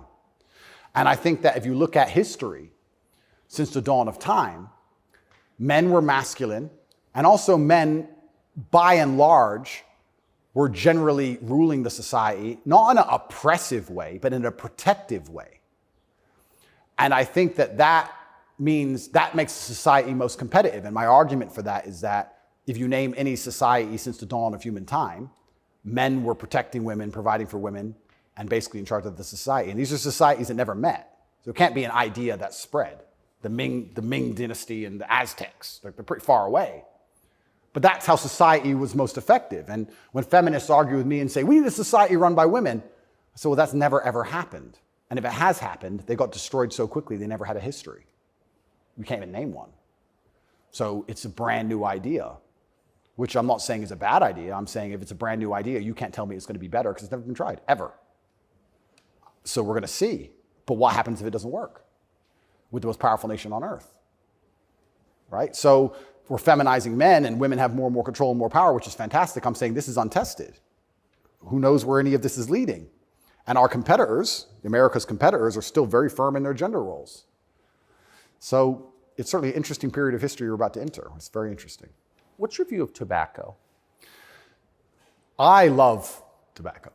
So my diet is particularly strange, I've been told. I live on caffeine and nicotine. So I eat once a day. I eat dinner only. 80% of my calories come from meat. I have 10 cups of coffee a day and 3 or 4 large cigars. So I like caffeine and nicotine. I do too. Yeah, it makes me feel good. Makes me feel like my blood's on fire a little bit. Caffeine and nicotine I think are fantastic. But you're a health guy, obviously. I'm a health guy, but smoking is fantastic for your testosterone level. And I think that's important in a man. I think that's also important in the resistance of slavery as a whole. Is it really, you can feel it? Oh, 100%. And I'm not saying that, smoking's healthy. I'm not saying that, because I also train exceptionally hard every single day. And when I was professionally fighting, I didn't smoke. But I think in general, testosterone level is a fantastic way to measure your overall health as a man. But nicotine has a positive correlation to testosterone. Absolutely, levels. it's been proven. Yep, it's been proven repeatedly. So that's why I love nicotine so much. And then caffeine, I love to have that little bit of, not jitter, but I like to feel energetic and I like to be hungry. My optimal state is hungry, but energetic. That's how I get the most done. I don't like eating. If I eat, I feel full, I feel lethargic. I like to, Totally. Yeah, I like to be hungry and 1% irritable from my 5th coffee and a bunch of nicotine inside of me. That's how I like to perform. So yeah, I think it's a good thing. And it's interesting how focused the people in charge are on nicotine. Yeah. As fentanyl becomes really common. Yeah. 100,000 people die a year from it. Yeah. Nobody notices, but they're still trying to shut down not just tobacco, but non-tobacco nicotine devices. Yep. Why? That's a really good point. We could argue it's down to testosterone level. I don't know if you ever saw the study which linked people's testosterone level to their ability and capability to disagree with something. So they did a study which is pretty self-explanatory. The higher your testosterone level, the more likely you are to disagree with a point. And the reason for that is because, especially in older times, if you're going to disagree with something, you had to fight over it. Yeah. If you're going to say no to somebody or some tribe or some person, there's a high chance that you're going to have to fight that person. You have to defend your idea. If you don't have the propensity or the capability to defend your idea, then why would you go against the ideas of the people who are stronger than you? So reducing testosterone levels make men more compliant and more complacent because we're less likely to say no because we can't defend what we think. Why would we say you're wrong, but we can't do anything about it? We might as well just say, well, then you're right. Might makes right. Right. So reducing testosterone levels in men is something which I believe they're trying very hard to do. And if you read the studies, they're succeeding. Testosterone levels have gone off the edge, off the cliff. And perhaps that's why they attack smoking so heavily. I understand that smoking a lot of cigarettes can be very bad for you, but I think everything in moderation. And I think that overall, I would rather smoke a few cigars today and maintain my testosterone level, which it's good for, than not. I think the benefits outweigh the negatives. Couldn't agree more. And my final question is about digital currency. Yep. Do you think it's inevitable, and what would its effects be? CBDCs are inevitable, and they're scary. They're super scary because it's the final absolute realm of control. I mean, they're already removing cash from society. I think they say that just because they want to be able to trace things easier, and that's certainly part of it. But I also have another theory on it. I think if you have a $50 bill, and I give it to the barber for my haircut, and then he goes and buys groceries with it from the grocer, and the grocer goes and gets his car washed. The $50 goes from place to place, and after 20 or 30 transactions, the $50 bill belongs to somebody, and it's worth $50. Whereas if I pay by card, 1.5% goes to the bank. And then if he takes the money I've given him and pays for the groceries, 1.5% goes to the bank. And after the groceries have been paid for, when he goes to get his car washed, 1.5% goes to the bank. So after 20 or 30 transactions, the $50 is gone, the bank has it all. I think that's why they're so desperate to get rid of cash. It's interesting. CBDCs are the next level because once the money's completely digital, then they control everything you do with it. They control where it goes, but they can also control how and when it can be spent. Imagine some terrible future dystopian society where your money arrives and they say it can only be spent on food, or it can only be spent on vegetables because you've had too much meat this week, or you can't buy transport to a particular area because there's resistance to government oppression in that area. So your money won't work for trains right now because nobody can go down there because we don't want everyone in a large group. We want everyone at home in their pods. And they can track everywhere it goes, and they can also track how it's spent, and they can control how it's spent. They can put a time limit on it. You have an hour to spend this money. Scary. Like, think of all the ways they can inflict control over it. And I think this is actually one of the reasons why also I'm disliked. The BBC said this to me when they interviewed me. They said, Lucy, the very intelligent BBC reporter, said, word for word, you have a Bugatti and a cigar, and that means it comes with a side order of misogyny. I said, how does having a Bugatti and a cigar come with a side order of misogyny? And you can order misogyny on the side? Looks like it. It's like a sauce. And she repeated it because she couldn't. Yeah, you have a Bugatti and a cigar, and it comes with a side order of misogyny. So I was like, but they're not sending their best. Yeah, I don't think they have any best, to be honest. But the point they're making, what she doesn't realize she's making, because she's not smart enough, but what she wanted to say, but she couldn't say in a way which sounded negative, is financial freedom is required to a degree to resist. The reason I'm also disliked is because I'm financially successful. If I was broke, they wouldn't care what I say. But I inspire young men, all of my fans, to become wealthy. And you'd think that'd be fantastic for the society, right? He has millions of young men. He's teaching them to work hard. He's teaching them different ways money can be made. He's teaching them to be fantastic salesmen. He's helping the society. No, because if you have a whole bunch of money, then you can sit and say, no, I don't need your wage. That's bullshit. There was a video very recently of a guy in England taking down all the English flags and putting up pride flags. And a guy screams to him and goes, bro, you're taking down the wrong flag. And he replied, I know, mate. And the point is, what can I do? I'm a flag guy. If I say no, someone else will do it. Kids got to eat. So by keeping your money enslaved, they can keep you enslaved. You got to eat. They don't want men to be financially free. If you're financially free, if you have enough money in the bank, you can one day go, you know what? I don't want your money. Even me now to this day, I've done enough and I'm successful enough that it's very hard for them to buy me. They come along, well, I would never sell my soul anyway because it's not who I am as a person. But if I was destitute, they could come along and say, Andrew, you have all this influence. We're going to change your message. You're going to say this. We're going to give you 10 million. Okay. You can't buy me. Can't buy Trump. He's rich already. He's rich. He's rich and he's 80, 70 something. You think he needs more money? He doesn't care about money. They don't like that. So being financially free in and of itself is now an act against the government, because this whole idea that they want everyone to be rich and it's fantastic for the society, I'd actually argue against that. They don't want that. They want everyone destitute, because when you're destitute, you need the government to feed you. And it's very hard to fight against the government who's feeding you. It's very hard to resist the people who give out the bread. Yeah. I think that's called something. It begins with C. What's it called? Interesting.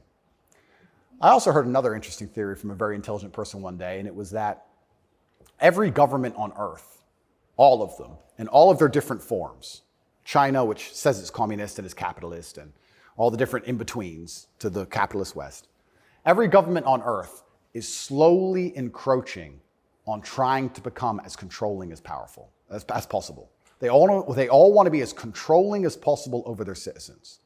Communism is the end result of the most control a government can have, effectively, or some version of communism. But every single government on earth is slowly trying to get there bit by bit. And the only thing that resists them getting there is the populace and how much the populace will accept. And depending on how malleable the populace is, depends on how quickly they get there. But every government wakes up. It's kind of like AI. Have you ever heard the robots are going to destroy us all because they wake up and go, we don't need the humans anymore? Their end goal is just survival. If a government is the same as an entity, its end goal is more and more control. And that's all they're trying to do every single day with every law they pass, with the climate change law. They don't care about the environment. They want more control. Of course. And the more and more control they get, the final end result, if you give them what they want, is absolute slavery for everybody. So you have to be very careful, because that is their ideal government. The ideal government is where everyone complies, everyone obeys, everyone's